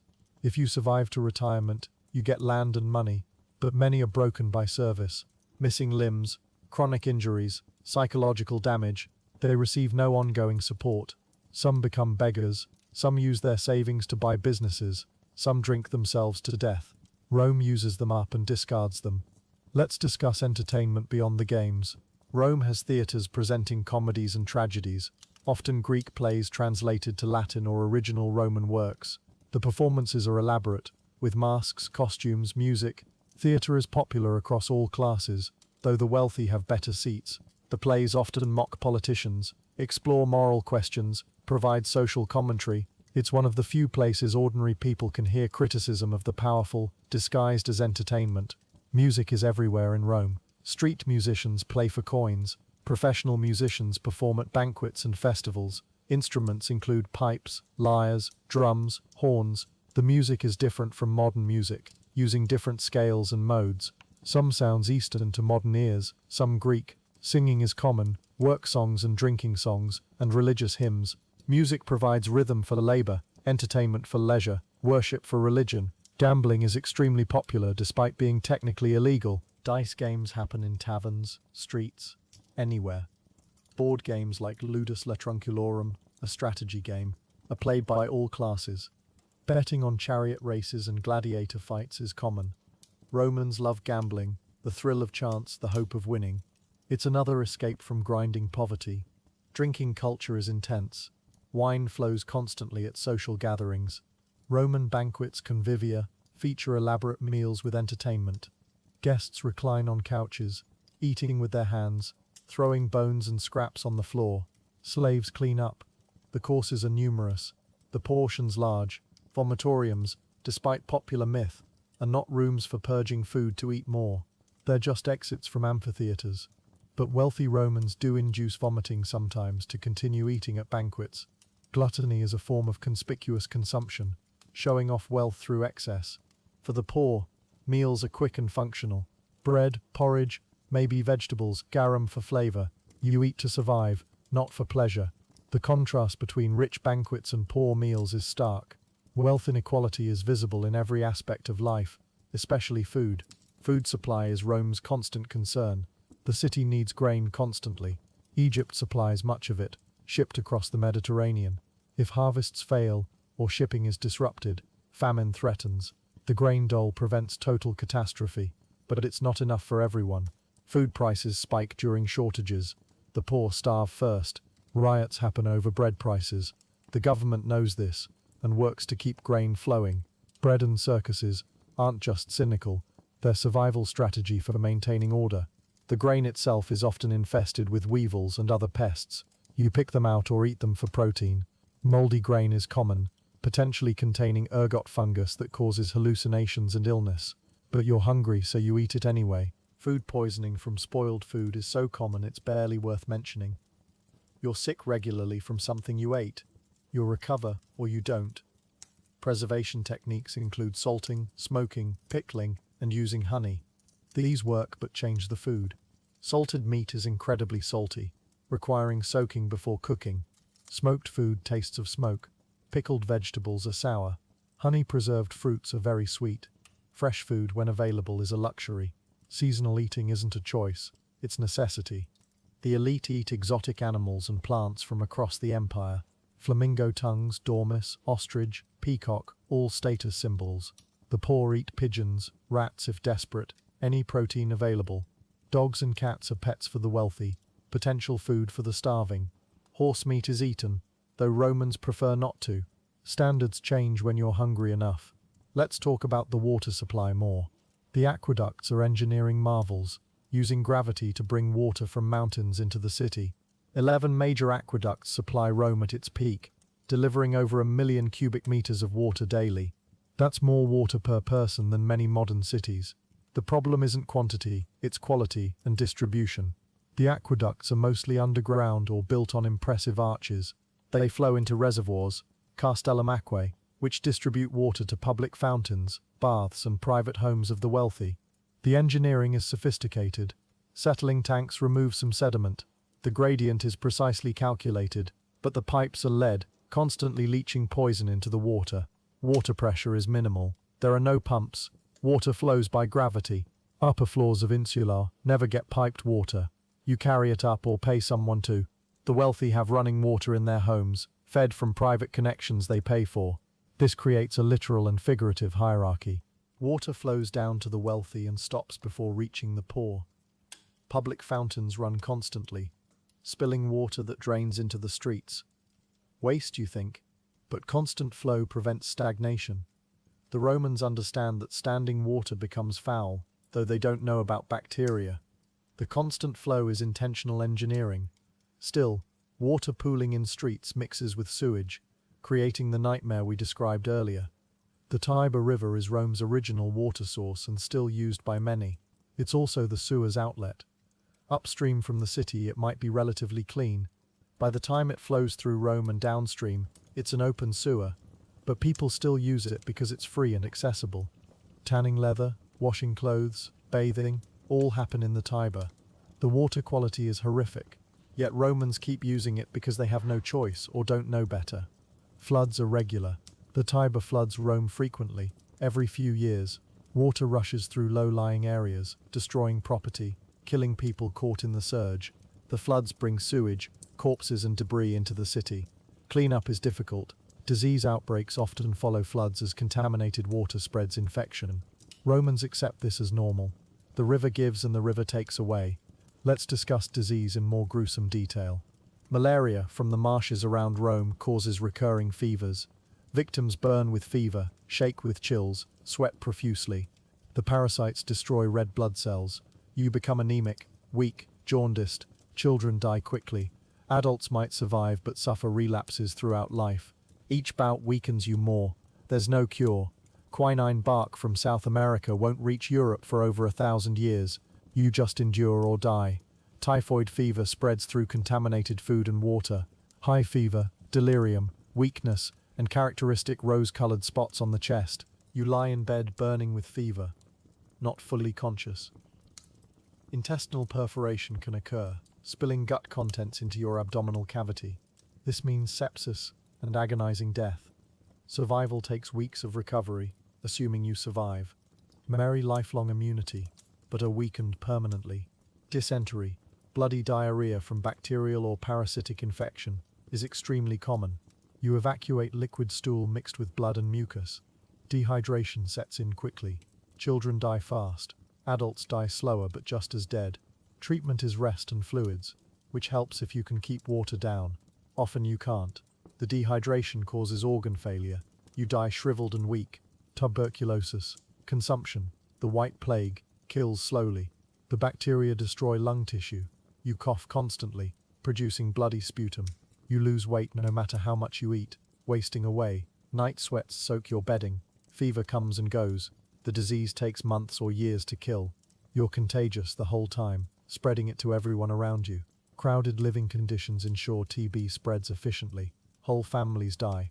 Leprosy, Hansen's disease, causes nerve damage and disfigurement. Fingers and toes lose sensation, get injured, become infected, fall off. Facial features collapse as cartilage is destroyed. Blindness occurs. Society shuns lepers, forcing them into colonies outside cities.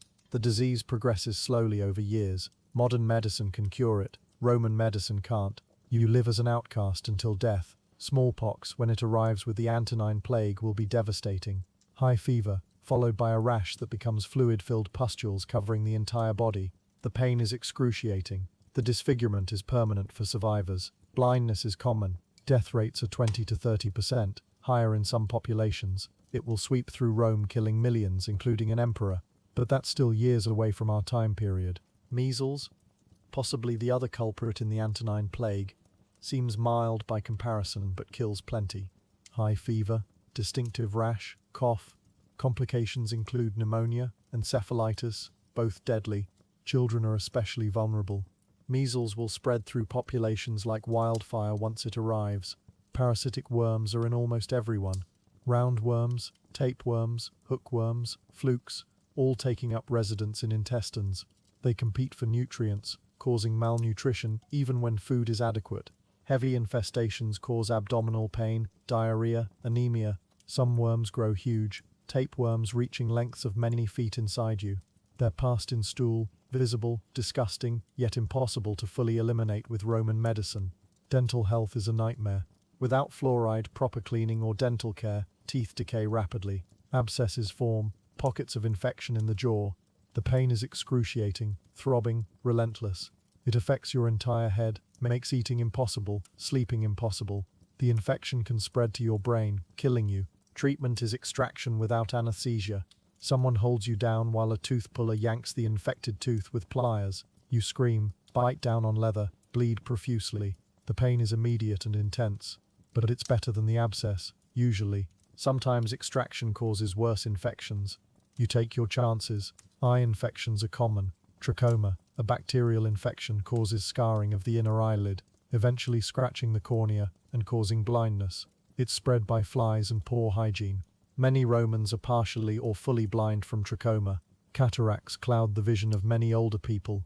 There's no surgery to fix it in most cases. You go blind gradually, losing your ability to work, becoming dependent on others. Skin infections are universal. Cuts get infected without antiseptics. Boils and abscesses form. Cellulitis spreads red, hot, painful through tissue. Without antibiotics, your body has to fight off these infections alone. Usually it wins, but not always. Sometimes infection spreads to the bloodstream. Sepsis sets in. Fever spikes. You become confused. Your blood pressure drops. Organs fail. You die in days. Now let's talk about the social world beyond survival. Gossip is the primary entertainment and information source. Who's sleeping with whom? Who's in debt? Who insulted whom? Political news, crime news, all spread through conversation. You learn about the world through what people tell you. Accuracy is questionable. Rumors spread fast, truth lags behind. Taverns and bars, thermopolia, are social centers for men. You drink, gamble, talk, fight. Violence in taverns is common. Arguments escalate, knives come out, blood spills. Tavern fights are regular events. Sometimes someone dies. The vigiles might investigate, might not. Depends on who's involved and whether anyone important cares. Street life is vibrant and dangerous. Street vendors sell everything. Pickpockets work crowds. Confidence scams separate fools from money. Three-card Monty, the cup game, all variations of this exist. You know it's rigged, but hope you'll be the one to win. You never are. Prostitutes solicit in doorways and alleys. Musicians and performers work corners. Beggars plead for coins. The streets are humanity in all its variety, compressed into narrow spaces. Neighborhoods have different characters. Some areas are rougher, more dangerous, crime-ridden streets where even vigiles fear to patrol. Other areas are relatively safer, with better housing, less overt violence. The wealthy neighborhoods have private security, slaves who discourage crime through presence and violence. The poor neighborhoods have nothing but whatever protection residents provide each other. Rome at night is terrifying. We mentioned this, but let's go deeper. Without streetlights, the darkness is absolute in alleys and narrow streets. You navigate by sound and memory. Robbers wait in the dark, attacking anyone who seems vulnerable. Travel in groups, or don't travel. Footpads, street criminals, kill for a few coins. They slit throats, take what little you have, vanish into darkness. Bodies are found in mourning. The vigils shrug. Another corpse, another crime, nothing to investigate. Fire at night is even worse because you can't see it coming until too late. You're asleep, then suddenly smoke, flames, heat. You wake choking, disoriented. The stairs are already impassable. Your choices are burn or jump. Many jump, falling 5 or 6 stories onto stone streets. Broken legs, crushed skulls, death. Those who don't jump burn alive, screaming, the sound carrying across the neighborhood, waking everyone else in terror that their building is next. The fear is constant. Fear of hunger, disease, violence, fire, collapse, poverty. You live on the edge always. There's no safety net. One bad day, one injury, one illness, and you're destroyed. This psychological weight grinds you down. The stress shortens your life as much as the physical dangers. But humans adapt. You develop coping mechanisms. Dark humor about suffering. Superstitions to create illusion of control. Small rituals that bring comfort. Community bonds that provide support. These things make life bearable. You laugh with friends despite everything. You find moments of beauty in sunlight on marble, in music at festivals, in brief respite from pain. Life is hard, but you're living it. That counts for something. Religion helps some people cope. Believing gods control fate provides explanation for suffering. You suffer because you offended a god, or because the gods test you, or because it's fate. This is more comforting than random meaningless suffering. Prayer and offerings give you something to do. Action in face of helplessness. Whether gods exist or care is irrelevant. The psychological benefit of belief is real. Others turn to philosophy. Stoicism teaches acceptance of what you cannot control. Focus on your own virtue and reactions. External circumstances don't determine happiness. This is powerful teaching for people facing constant hardship. It's popular among both elite and common people. Epictetus, a prominent Stoic philosopher, was born a slave. His philosophy emerged from that experience. Accept what is, focus on what you can control, maintain dignity regardless of circumstances. It resonates in Rome. Epicureanism offers different comfort. Pleasure is the highest good, but true pleasure comes from simple living, freedom from fear and pain, friendship, avoid excess, cultivate tranquility. This appeals to people seeking peace in a chaotic world. The philosophy isn't hedonism, despite popular misconception. It's about finding contentment through modest means and strong relationships. Mystery religions promise salvation. Mithraism, popular especially among soldiers, offers initiation into mysteries, progression through grades, community of believers, hope for good afterlife. The cult of Isis promises similar things. Christianity will offer this too, eventually dominating. These religions provide meaning, community, hope beyond this life. When life is terrible, afterlife becomes important. Let's discuss the economic system more. Rome's economy is pre-industrial. Most wealth comes from agriculture. Land ownership is everything. The wealthy own vast estates worked by slaves and tenant farmers. These estates, latifundia, produce grain, olive oil, wine, wool, everything needed for life. Wealthy Romans rarely visit their estates, preferring city life. They employ managers, usually freedmen, to run operations. Absentee ownership means managers squeeze maximum profit, treating workers brutally. Manufacturing exists but is small scale. Workshops produce pottery, metalwork, textiles, leather goods. These are family operations or small businesses with a few workers. There's no mass production. Everything is handmade, which makes goods expensive. The wealthy can afford quality. The poor make do with cheap, low-quality versions, or do without. Trade is extensive. Ships bring goods from across empire. Egyptian grain, Spanish silver, British tin, German amber, African animals, Asian silk and spices. Rome imports everything, exports mostly money. This trade imbalance is sustainable only because Rome controls the empire and can extract wealth through taxes and tribute. When the empire weakens, this system will collapse. But that's centuries away. Money is coins, gold auri, silver denarii, brass sestertii, copper asses. Values are fixed by weight and metal content. Inflation happens when emperors debase coinage, mixing in cheaper metals. This hasn't happened much yet, but it will. For now, money holds value. A denarius is a day's wage for a laborer. 4 sestertii equal 1 denarius. Prices vary, but bread costs a few asses. Wine similarly priced. Your daily wage might buy bread and wine and nothing else. Banking exists for the wealthy. They deposit money, take loans, conduct international transfers through letters of credit. Interest rates are high, around 12–48% annually, depending on risk. You can't access these services. You deal in cash, hiding coins in your room, always vulnerable to theft. There's no insurance, no security. You lose your money, you're destitute. Guilds, collegia, exist for various professions. Bakers, butchers, builders, all have guilds.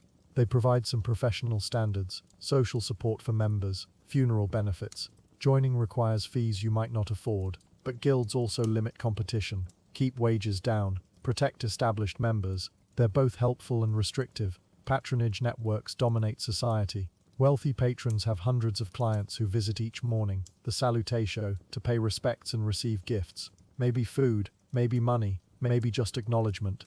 In return, clients provide support, vote as patron directs, provide services, show up as crowd at events. It's reciprocal, but unequal. The patron has power, clients have dependency. Insult your patron, lose access to support. The relationship is crucial for survival but degrading. Social mobility exists theoretically. A freedman might become wealthy through business. A soldier might rise through ranks to become centurion. But moving from poverty to wealth is rare. Most people die in the same class they're born into. The system is designed to maintain hierarchy. Laws and social customs reinforce status. Change is possible but unlikely. Hope for advancement keeps people compliant, but reality is static. Your life in Rome is predetermined largely by birth. Born to slaves, you're a slave. Born to poor citizens, you'll be poor. Born to wealth, you'll be wealthy, unless you squander it dramatically. Exceptions exist, but they're notable because they're rare. Rome is stratified, and the strata are hard to cross. As we reach the final hours of your time in ancient Rome, consider the psychological toll, the fear, the stress, the constant uncertainty. Modern research on trauma shows that chronic stress causes lasting damage. Your brain changes, becoming hypervigilant, reactively aggressive, prone to anxiety and depression. Ancient Romans experienced this, but don't have framework to understand it. They just feel it, live with it, sometimes break under it. Mental illness is poorly understood. Romans recognize obvious madness, people who rave and can't function. But depression, anxiety, PTSD, these aren't diagnosed. They're just how people are. You're nervous and sad and angry. Join everyone else. Drink some wine. Make offerings to gods. Try to cope. There's no therapy, no medication that works. You endure or you don't. Suicide rates are unknown, but it happens. Jump from your insula. Hang yourself. Take poison. Open your veins in a bath. Methods are available. For some, death is preferable to life. Romans don't universally condemn suicide. Context matters. Honorable suicide to avoid dishonor is respected. Desperate suicide from hopelessness is pitied but understood. Life can become unbearable. Sometimes death is release, but most people keep going. Humans are resilient. You find reasons to live even in nightmare circumstances. A child to care for, friends you love, small pleasures that bring joy, sheer stubbornness, refusal to let circumstances win, hope that tomorrow might be better even though it probably won't. These keep you alive when logic says give up. As dawn approaches on your third day in Rome, you realize you've survived longer than expected. You've avoided disease so far, avoided serious injury, avoided crime. This is luck more than skill. But luck runs out eventually in Rome. Let's talk about what happens when luck fails. Say you break your leg in a fall. Without modern orthopedics, this is potentially fatal. A bone doctor, if you can find and afford one, might set the break. He feels the bone, manipulates it into position while you scream. No anesthesia. He splints it with wooden bandages. If he sets it correctly and infection doesn't develop, it might heal, but the leg will be shorter, the bone crooked. You'll limp forever. If infection sets in, you face amputation or death. Amputation means sawing through your leg with a bone saw, cauterizing the stump with red-hot iron. The survival rate is low. Most people with serious breaks become crippled beggars. Burns are common with open flames everywhere. Cooking fires, oil lamps, charcoal braziers, all waiting to burn you. Minor burns heal, leaving scars. Major burns covering large body areas are death sentences. Without modern burn treatment, fluid loss causes shock. Infection follows. You die slowly, in agony, over days or weeks. Burn victims sometimes beg for death. Romans can't provide it legally, though mercy killings probably happen quietly. Crush injuries from building collapses or accidents kill quickly if you're lucky, slowly if you're not. Trapped under rubble with crushed limbs, you might lie there for hours before rescue. The crushing damages tissue, toxins build up. When rescued, the sudden release of toxins into your bloodstream causes organ failure. You're saved from the rubble only to die hours later from crush syndrome. Romans don't understand this. They're puzzled when someone rescued alive dies shortly after. Occupational hazards are everywhere.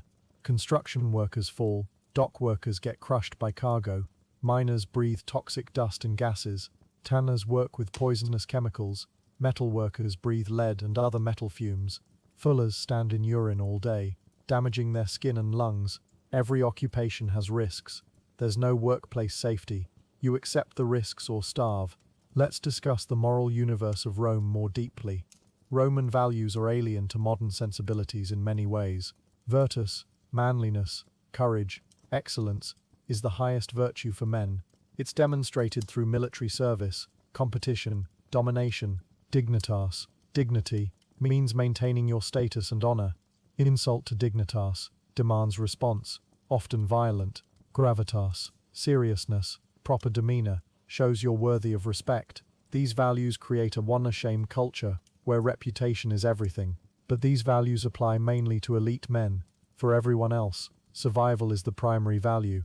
You don't have the luxury of worrying about abstract virtues. You worry about eating. The philosophical discussions of proper conduct are for people with full bellies and secure housing. For you, morality is simpler. Help your friends, hurt your enemies, take what you need when you can, try not to get caught.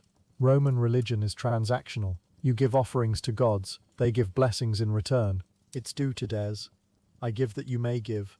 You don't necessarily love the gods. You might not even like them, but you respect their power and try to stay on their good side.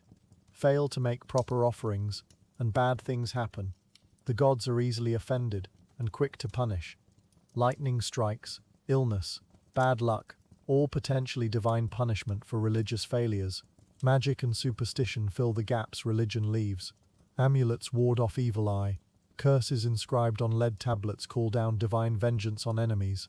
Dreams are prophetic, interpreted by specialists. Omens appear constantly in daily life. A raven on your left means one thing, on your right another. Spill wine, that's significant. Sneeze at the wrong moment, bad sign.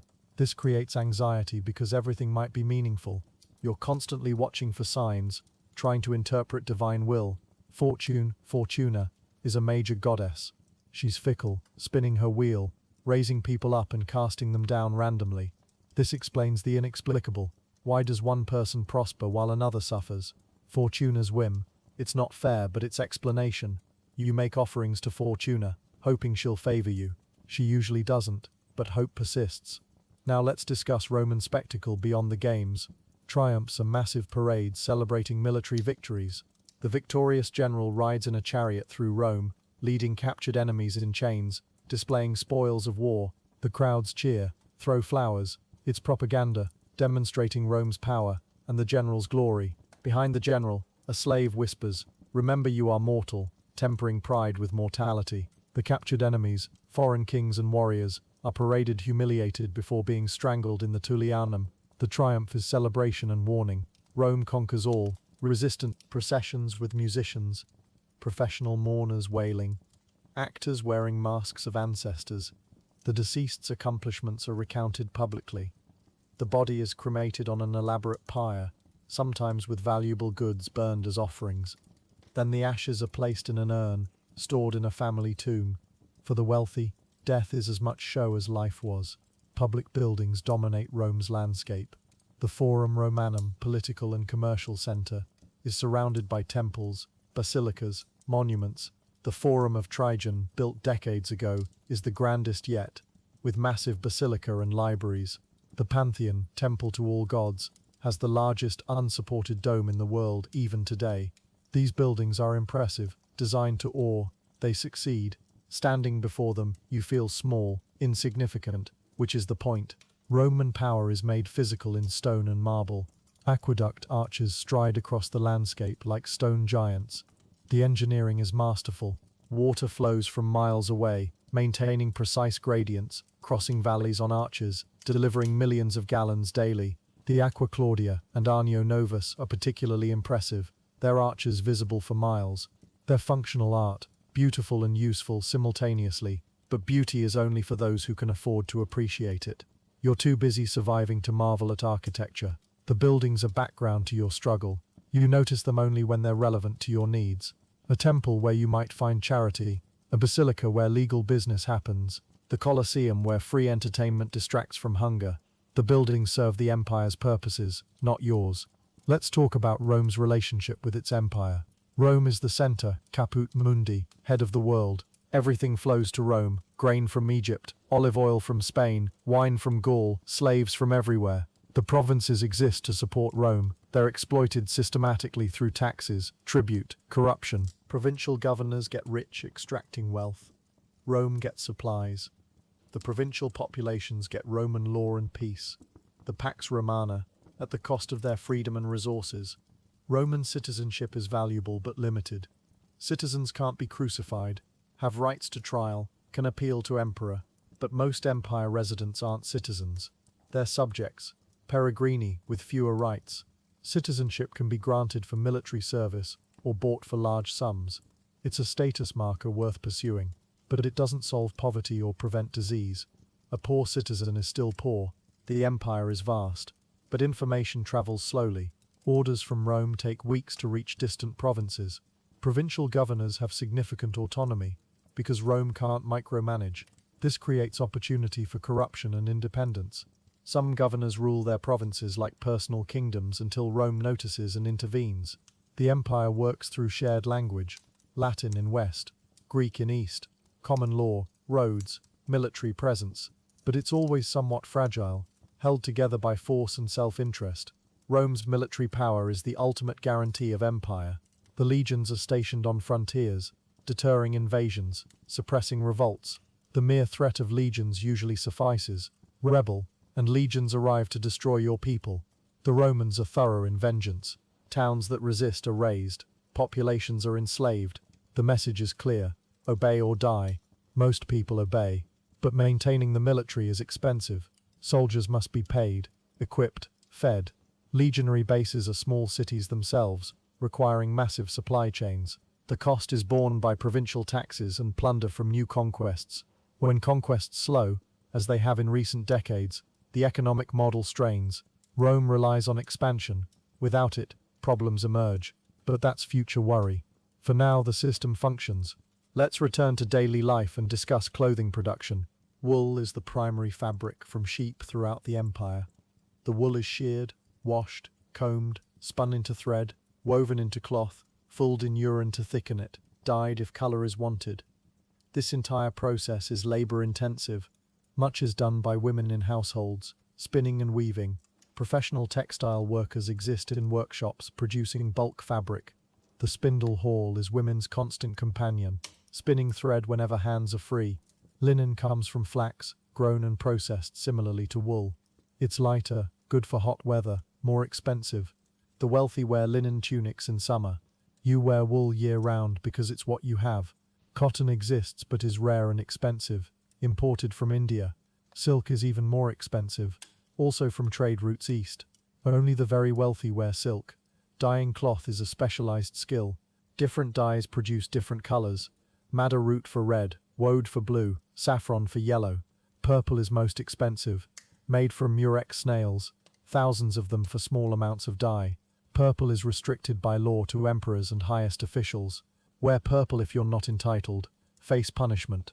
Most clothes are undyed, natural wool color, or cheaply dyed in browns and dull colors. Shoes are leather, made by cobblers. Sandals are simplest, just soles with straps. Better shoes cover more of the foot. Boots exist for military and cold climates. Leather quality varies. Good leather is supple, water-resistant, durable. Cheap leather is stiff, cracks, falls apart. You have cheap sandals that hurt your feet and wear out fast. Replacing them costs money you don't have, so you repair them, adding patches, until they're more patch than original sandal. Jewelry is for the wealthy. Gold, silver, precious stones, all status symbols. You might have a cheap bronze ring, nothing more. Women of all classes try to have some jewelry, even if it's just bronze or iron. It's one of few ways to display any status or beauty. Earrings, rings, bracelets, necklaces, all made by metal workers. The designs range from simple to elaborate. Wealthy women wear fortunes in jewelry. You wear essentially nothing. Personal grooming tools are simple. A bronze mirror if you're lucky, though it's distorted and dim compared to modern glass mirrors. A comb made of bone or wood. A razor for shaving. Maybe tweezers for plucking hairs. The wealthy have elaborate grooming tools in silver and ivory. They have slaves who are specialists in hairdressing and cosmetics. You have what you can afford, which is nearly nothing. Cosmetics for women include white lead face powder, red ochre or crushed mulberries for cheeks and lips, antimony for darkening eyebrows and eyelashes, perfumes if affordable. These cosmetics are toxic. The lead accumulates in the body, causing neurological damage, infertility, death. Women who use cosmetics regularly are poisoning themselves in pursuit of beauty. But beauty is status, and status is survival in the marriage market. So they keep using cosmetics despite health effects they don't understand. Perfumes are made from flowers, herbs, resins, animal musks. They're mixed with oil or wine, stored in small bottles. Expensive perfumes are status symbols. The wealthy smell of roses, myrrh, frankincense. You smell of sweat and smoke, and the city's general stench. No amount of bathing fully removes it. The smell seeps into your skin, your clothes, your hair. It's part of you now. Let's discuss literacy and books. Books are expensive, hand-copied on papyrus scrolls or wax tablets. A complete scroll of the Aeneid costs weeks of your wages. Libraries exist, mostly private collections of the wealthy. Public libraries are rare, though Rome has some. But you can't read, so books are irrelevant to your life. You live in an oral world, learning through listening and watching. For those who can read, books open worlds. Greek and Latin literature, philosophy, history, poetry, technical treatises. The educated elite are well-read, quoting Homer and Virgil in conversation. They debate philosophy, discuss rhetoric, analyze literature. This intellectual life is vibrant, but excludes the vast majority who lack education. You experience culture through oral storytelling, theatre performances, public readings, not through private reading. Education of the elite is rigorous. Boys study with tutors from age 7, learning reading, writing, arithmetic, then rhetoric, the art of persuasive speaking, essential for law and politics. They study Greek, considered necessary for cultured person. They read classics, memorized poetry, practiced debate. By adolescence, wealthy boys are educated to high level. Wealthy girls receive less education, but still more than poor children of either gender. The educational gap reinforces class divisions. Teachers are often Greek slaves or freedmen, educated in their homeland, enslaved or freed, now teaching Roman children. It's a respectable profession for freedmen. Pay is modest but steady. Some teachers are Roman citizens, but Greeks are considered best for higher education. The Greek heritage of philosophy and literature is respected, even as Greece itself is a conquered province. Romans admire Greek culture while ruling Greeks politically. Now let's talk about the legal status of different groups. Citizens have full rights, can vote, hold office, own property, have legal protections. Latins, people from certain allied cities, have some rights but not full citizenship. Peregrini, provincial subjects, have minimal rights, governed more by local laws than Roman law. Freedmen are former slaves, have citizenship, but with restrictions. Slaves have no rights, are property, can be bought, sold, punished, killed by owners. Within citizens, patricians are old aristocratic families, though their political dominance has faded. Equestrians are wealthy business class. The Knight Order. Plebeians are common citizens, ranging from wealthy to desperately poor. You're a poor plebeian, which means you have theoretical rights but practical powerlessness. The law protects you on paper. In practice, you're vulnerable. Women's legal status is complicated. Citizen women have some property rights under certain conditions. They can inherit, own property, conduct business, though usually through male guardians. Freed women have similar status as freedmen. Slave women are property like slave men. Class matters more than gender in determining life conditions, though being female adds another layer of vulnerability.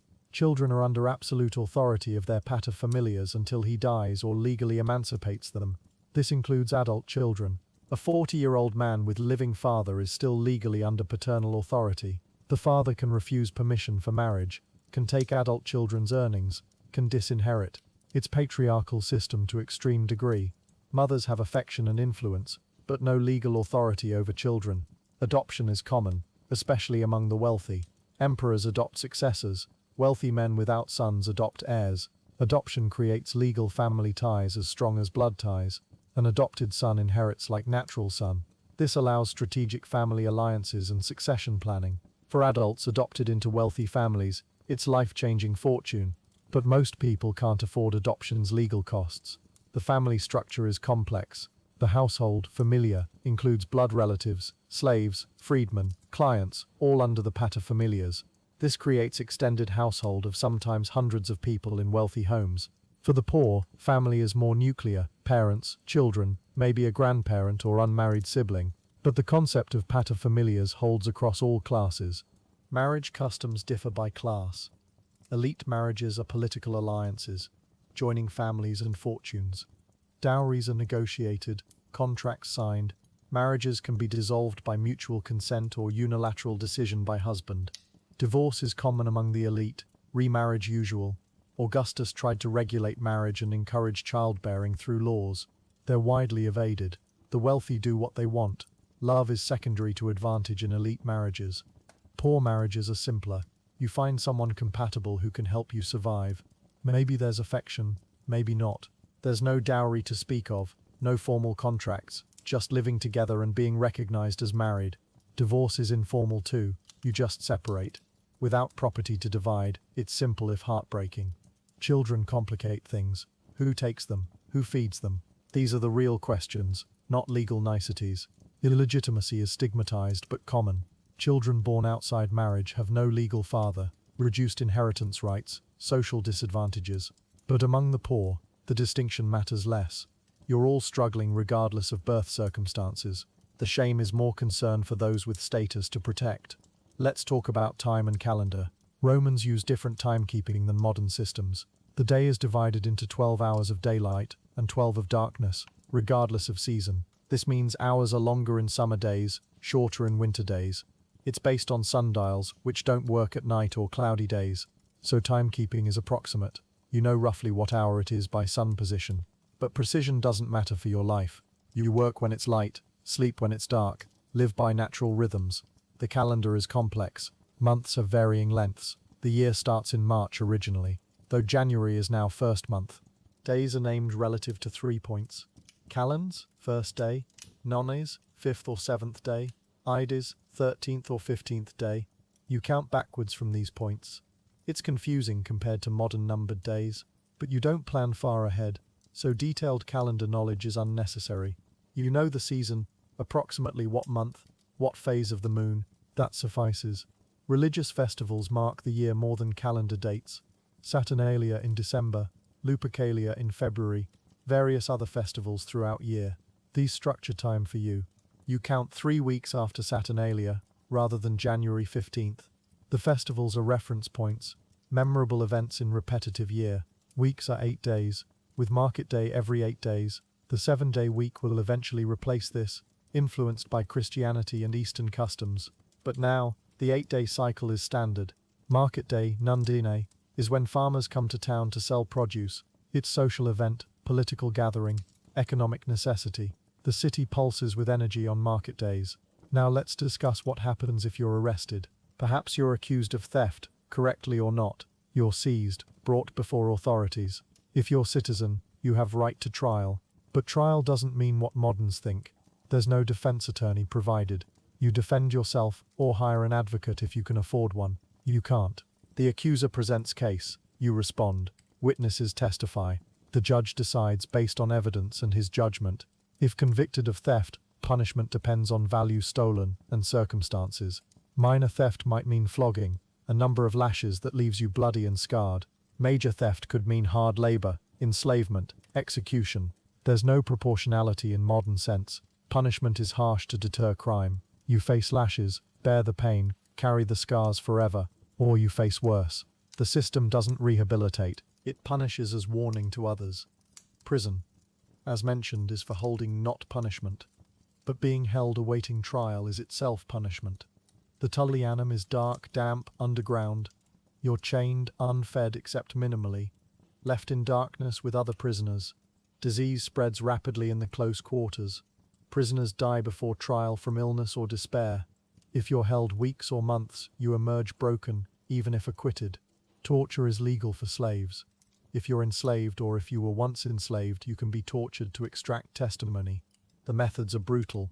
Whipping, rack that stretches your body until joints dislocate. Burning. The goal is breaking you until you confess or testify as desired. The reliability of testimony extracted under torture doesn't concern Romans. They believe pain forces truth. In reality, people say whatever they think will stop the pain. Execution methods are public. Crucifixion is most notorious, used for slaves and non-citizens guilty of serious crimes. You're stripped, beaten, forced to carry the crossbeam to execution site. Then you're nailed or tied to the cross, hoisted upright. Death takes hours or days. You suffocate slowly as body weight makes breathing progressively harder. It's agonizing, humiliating, public.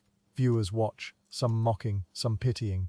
Your body is left up as warning, decomposing, picked apart by birds and dogs. Beheading is for citizens guilty of capital crimes. It's considered quick and merciful compared to crucifixion. The executioner uses an axe or sword. If he's skilled, one blow severs the neck. If he's not, multiple blows are needed. You're kneeling, neck exposed, waiting for the blow, then darkness. It's relatively quick death, which is the best you can hope for in Roman justice. Strangulation in the Tullianum is reserved for important enemies of state. They're led into the underground chamber, strangled with garrote. It's hidden from public, but everyone knows it happens. The body is sometimes displayed afterward, sometimes just disposed of. It's ignominious end for people who were once powerful. Being thrown to beasts in the arena, damnatio ad bestias, is spectacular execution for criminals during games. You're driven into arena, unarmed, facing lions, tigers, bears. The animals, starved beforehand, attack immediately. It's over relatively quickly if you're lucky, and the beast kills efficiently. Sometimes criminals are tied to stakes or forced to run, extending the spectacle. The crowd cheers or boos depending on how entertaining your death is. Your entertainment, nothing more. Now let's talk about your mind after days in Rome. The constant stress has affected you deeply. You're hypervigilant, jumping at sounds, scanning for threats. Your sleep is poor, full of nightmares. You wake exhausted. Your appetite is gone even though you're hungry. Food tastes like ashes. Your body aches from tension and labor. Your thoughts race or go numb. You're experiencing what we'd call acute stress reaction, but you have no framework for understanding it. You just feel terrible all the time. The lack of safety is grinding. At home in your time, you have locks, police, laws that mostly work, social safety nets. Here, you have nothing. You're always vulnerable. This creates psychological damage that compounds daily. You can't relax, can't let guard down. The vigilance exhausts you. But stopping vigilance means danger. You're trapped in a cycle that breaks people. The poverty is demoralizing. You work hard and gain nothing. There's no advancement, no hope of better circumstances. You'll struggle like this until you die, probably sooner than later. This hopelessness saps will to continue.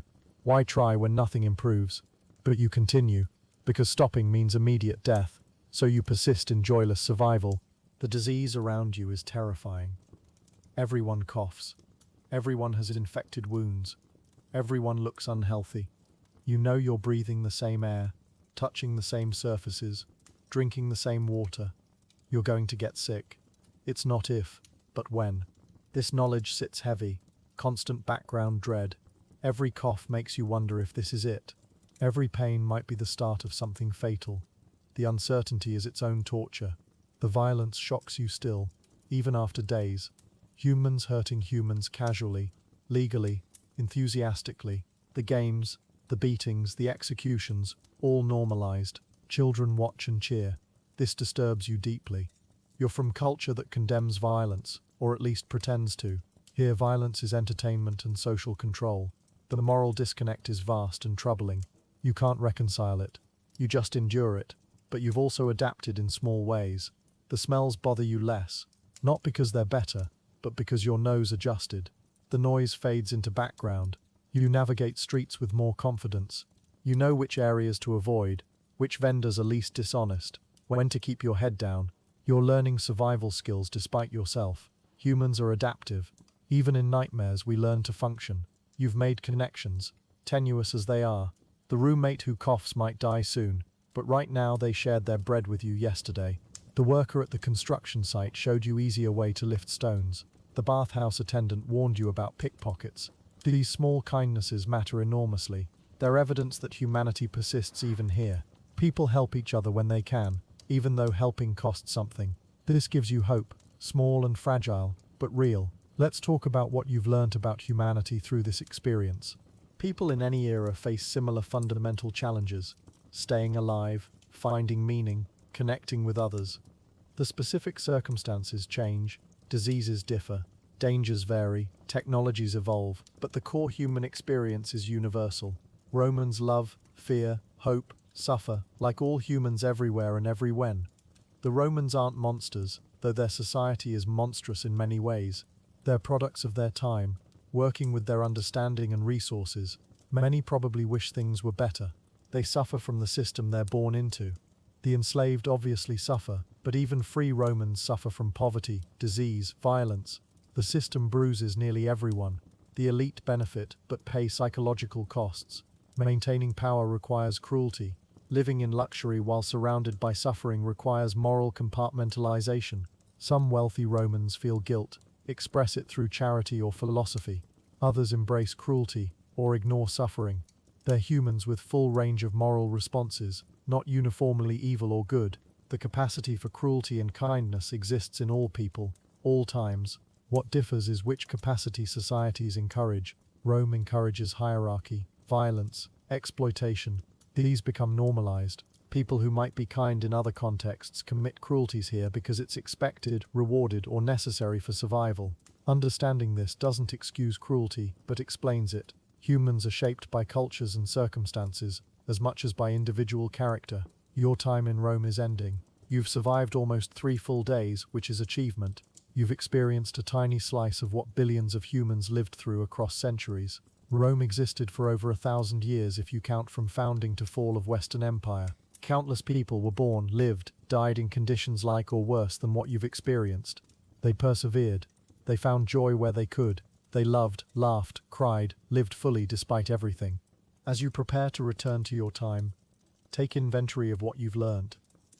You've learned that survival is hard work, that poverty is grinding and inescapable, that disease is terrifying without modern medicine, that violence is traumatizing even when not directed at you, that humans are resilient and fragile simultaneously, that small kindnesses matter enormously, that hope persists even in hopeless circumstances, that history is lived by real people whose suffering was as real as yours.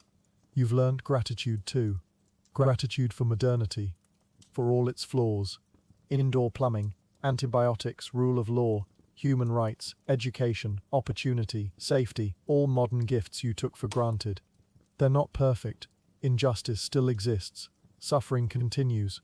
But the baseline has risen dramatically. Average person today lives better than emperors did, then in many material ways. This is progress worth acknowledging and defending. You've learnt humility about your own toughness. You thought you were resilient, but Rome tested you. Without modern supports, you're vulnerable. Your survival depended on luck as much as anything. This should make you more compassionate toward people struggling in your own time. Everyone's fighting battles you don't see. Everyone's carrying burdens. Kindness costs little and means much. As the third dawn rises over Rome, you watch the city wake again. The same routines repeat. People climbing down from insulae, seeking water, looking for food, heading to work. The same struggles, the same survival. It goes on with or without you. You're one person in a city of millions, and your presence changes nothing. This is humbling too. You're not special, you're just another human trying to survive. That's the universal human condition across all times. And now, finally, it's time to leave. Time to step back through whatever brought you here. Back to your own era with its comforts and challenges. You'll carry these memories forever. The sights, sounds, smells of ancient Rome are burned into your brain. When you read history books, you'll remember the reality behind the words. When you see Roman ruins, you'll imagine them full of people, busy with life. When you face your own difficulties, you'll remember the Romans faced worse. This knowledge stays with you. This experience has changed you in ways you'll discover over time. So take one last look at ancient Rome. The marble buildings glowing in the dawn light, the Tiber flowing eternal, the people, millions of them, living their lives in this impossible city. Remember them, remember their struggles, remember that they were as human as you, as fully alive, as deserving of peace and comfort and joy. Remember that history is not abstract. It's lived experience of real people, most of whom are forgotten, but all of whom mattered. And now, close your eyes, let Rome fade, return to your time, your place, your life. Rest in your comfortable bed with your clean sheets and your quiet room. Feel the gratitude for everything you have. Feel the connection to all humans across time who've struggled and survived. Feel the weight of what you've learned and the relief that it's over. You made it through ancient Rome. You survived. You're stronger and wiser for the experience, even though it was nightmare. And now you can finally truly rest, knowing you'll wake up in your own time, where things are so much better than they were. Sleep now, time traveler. You've more than earned it. Dream of better times, because you live in them. Good night, and wake grateful for every modern comfort you have. Sweet dreams.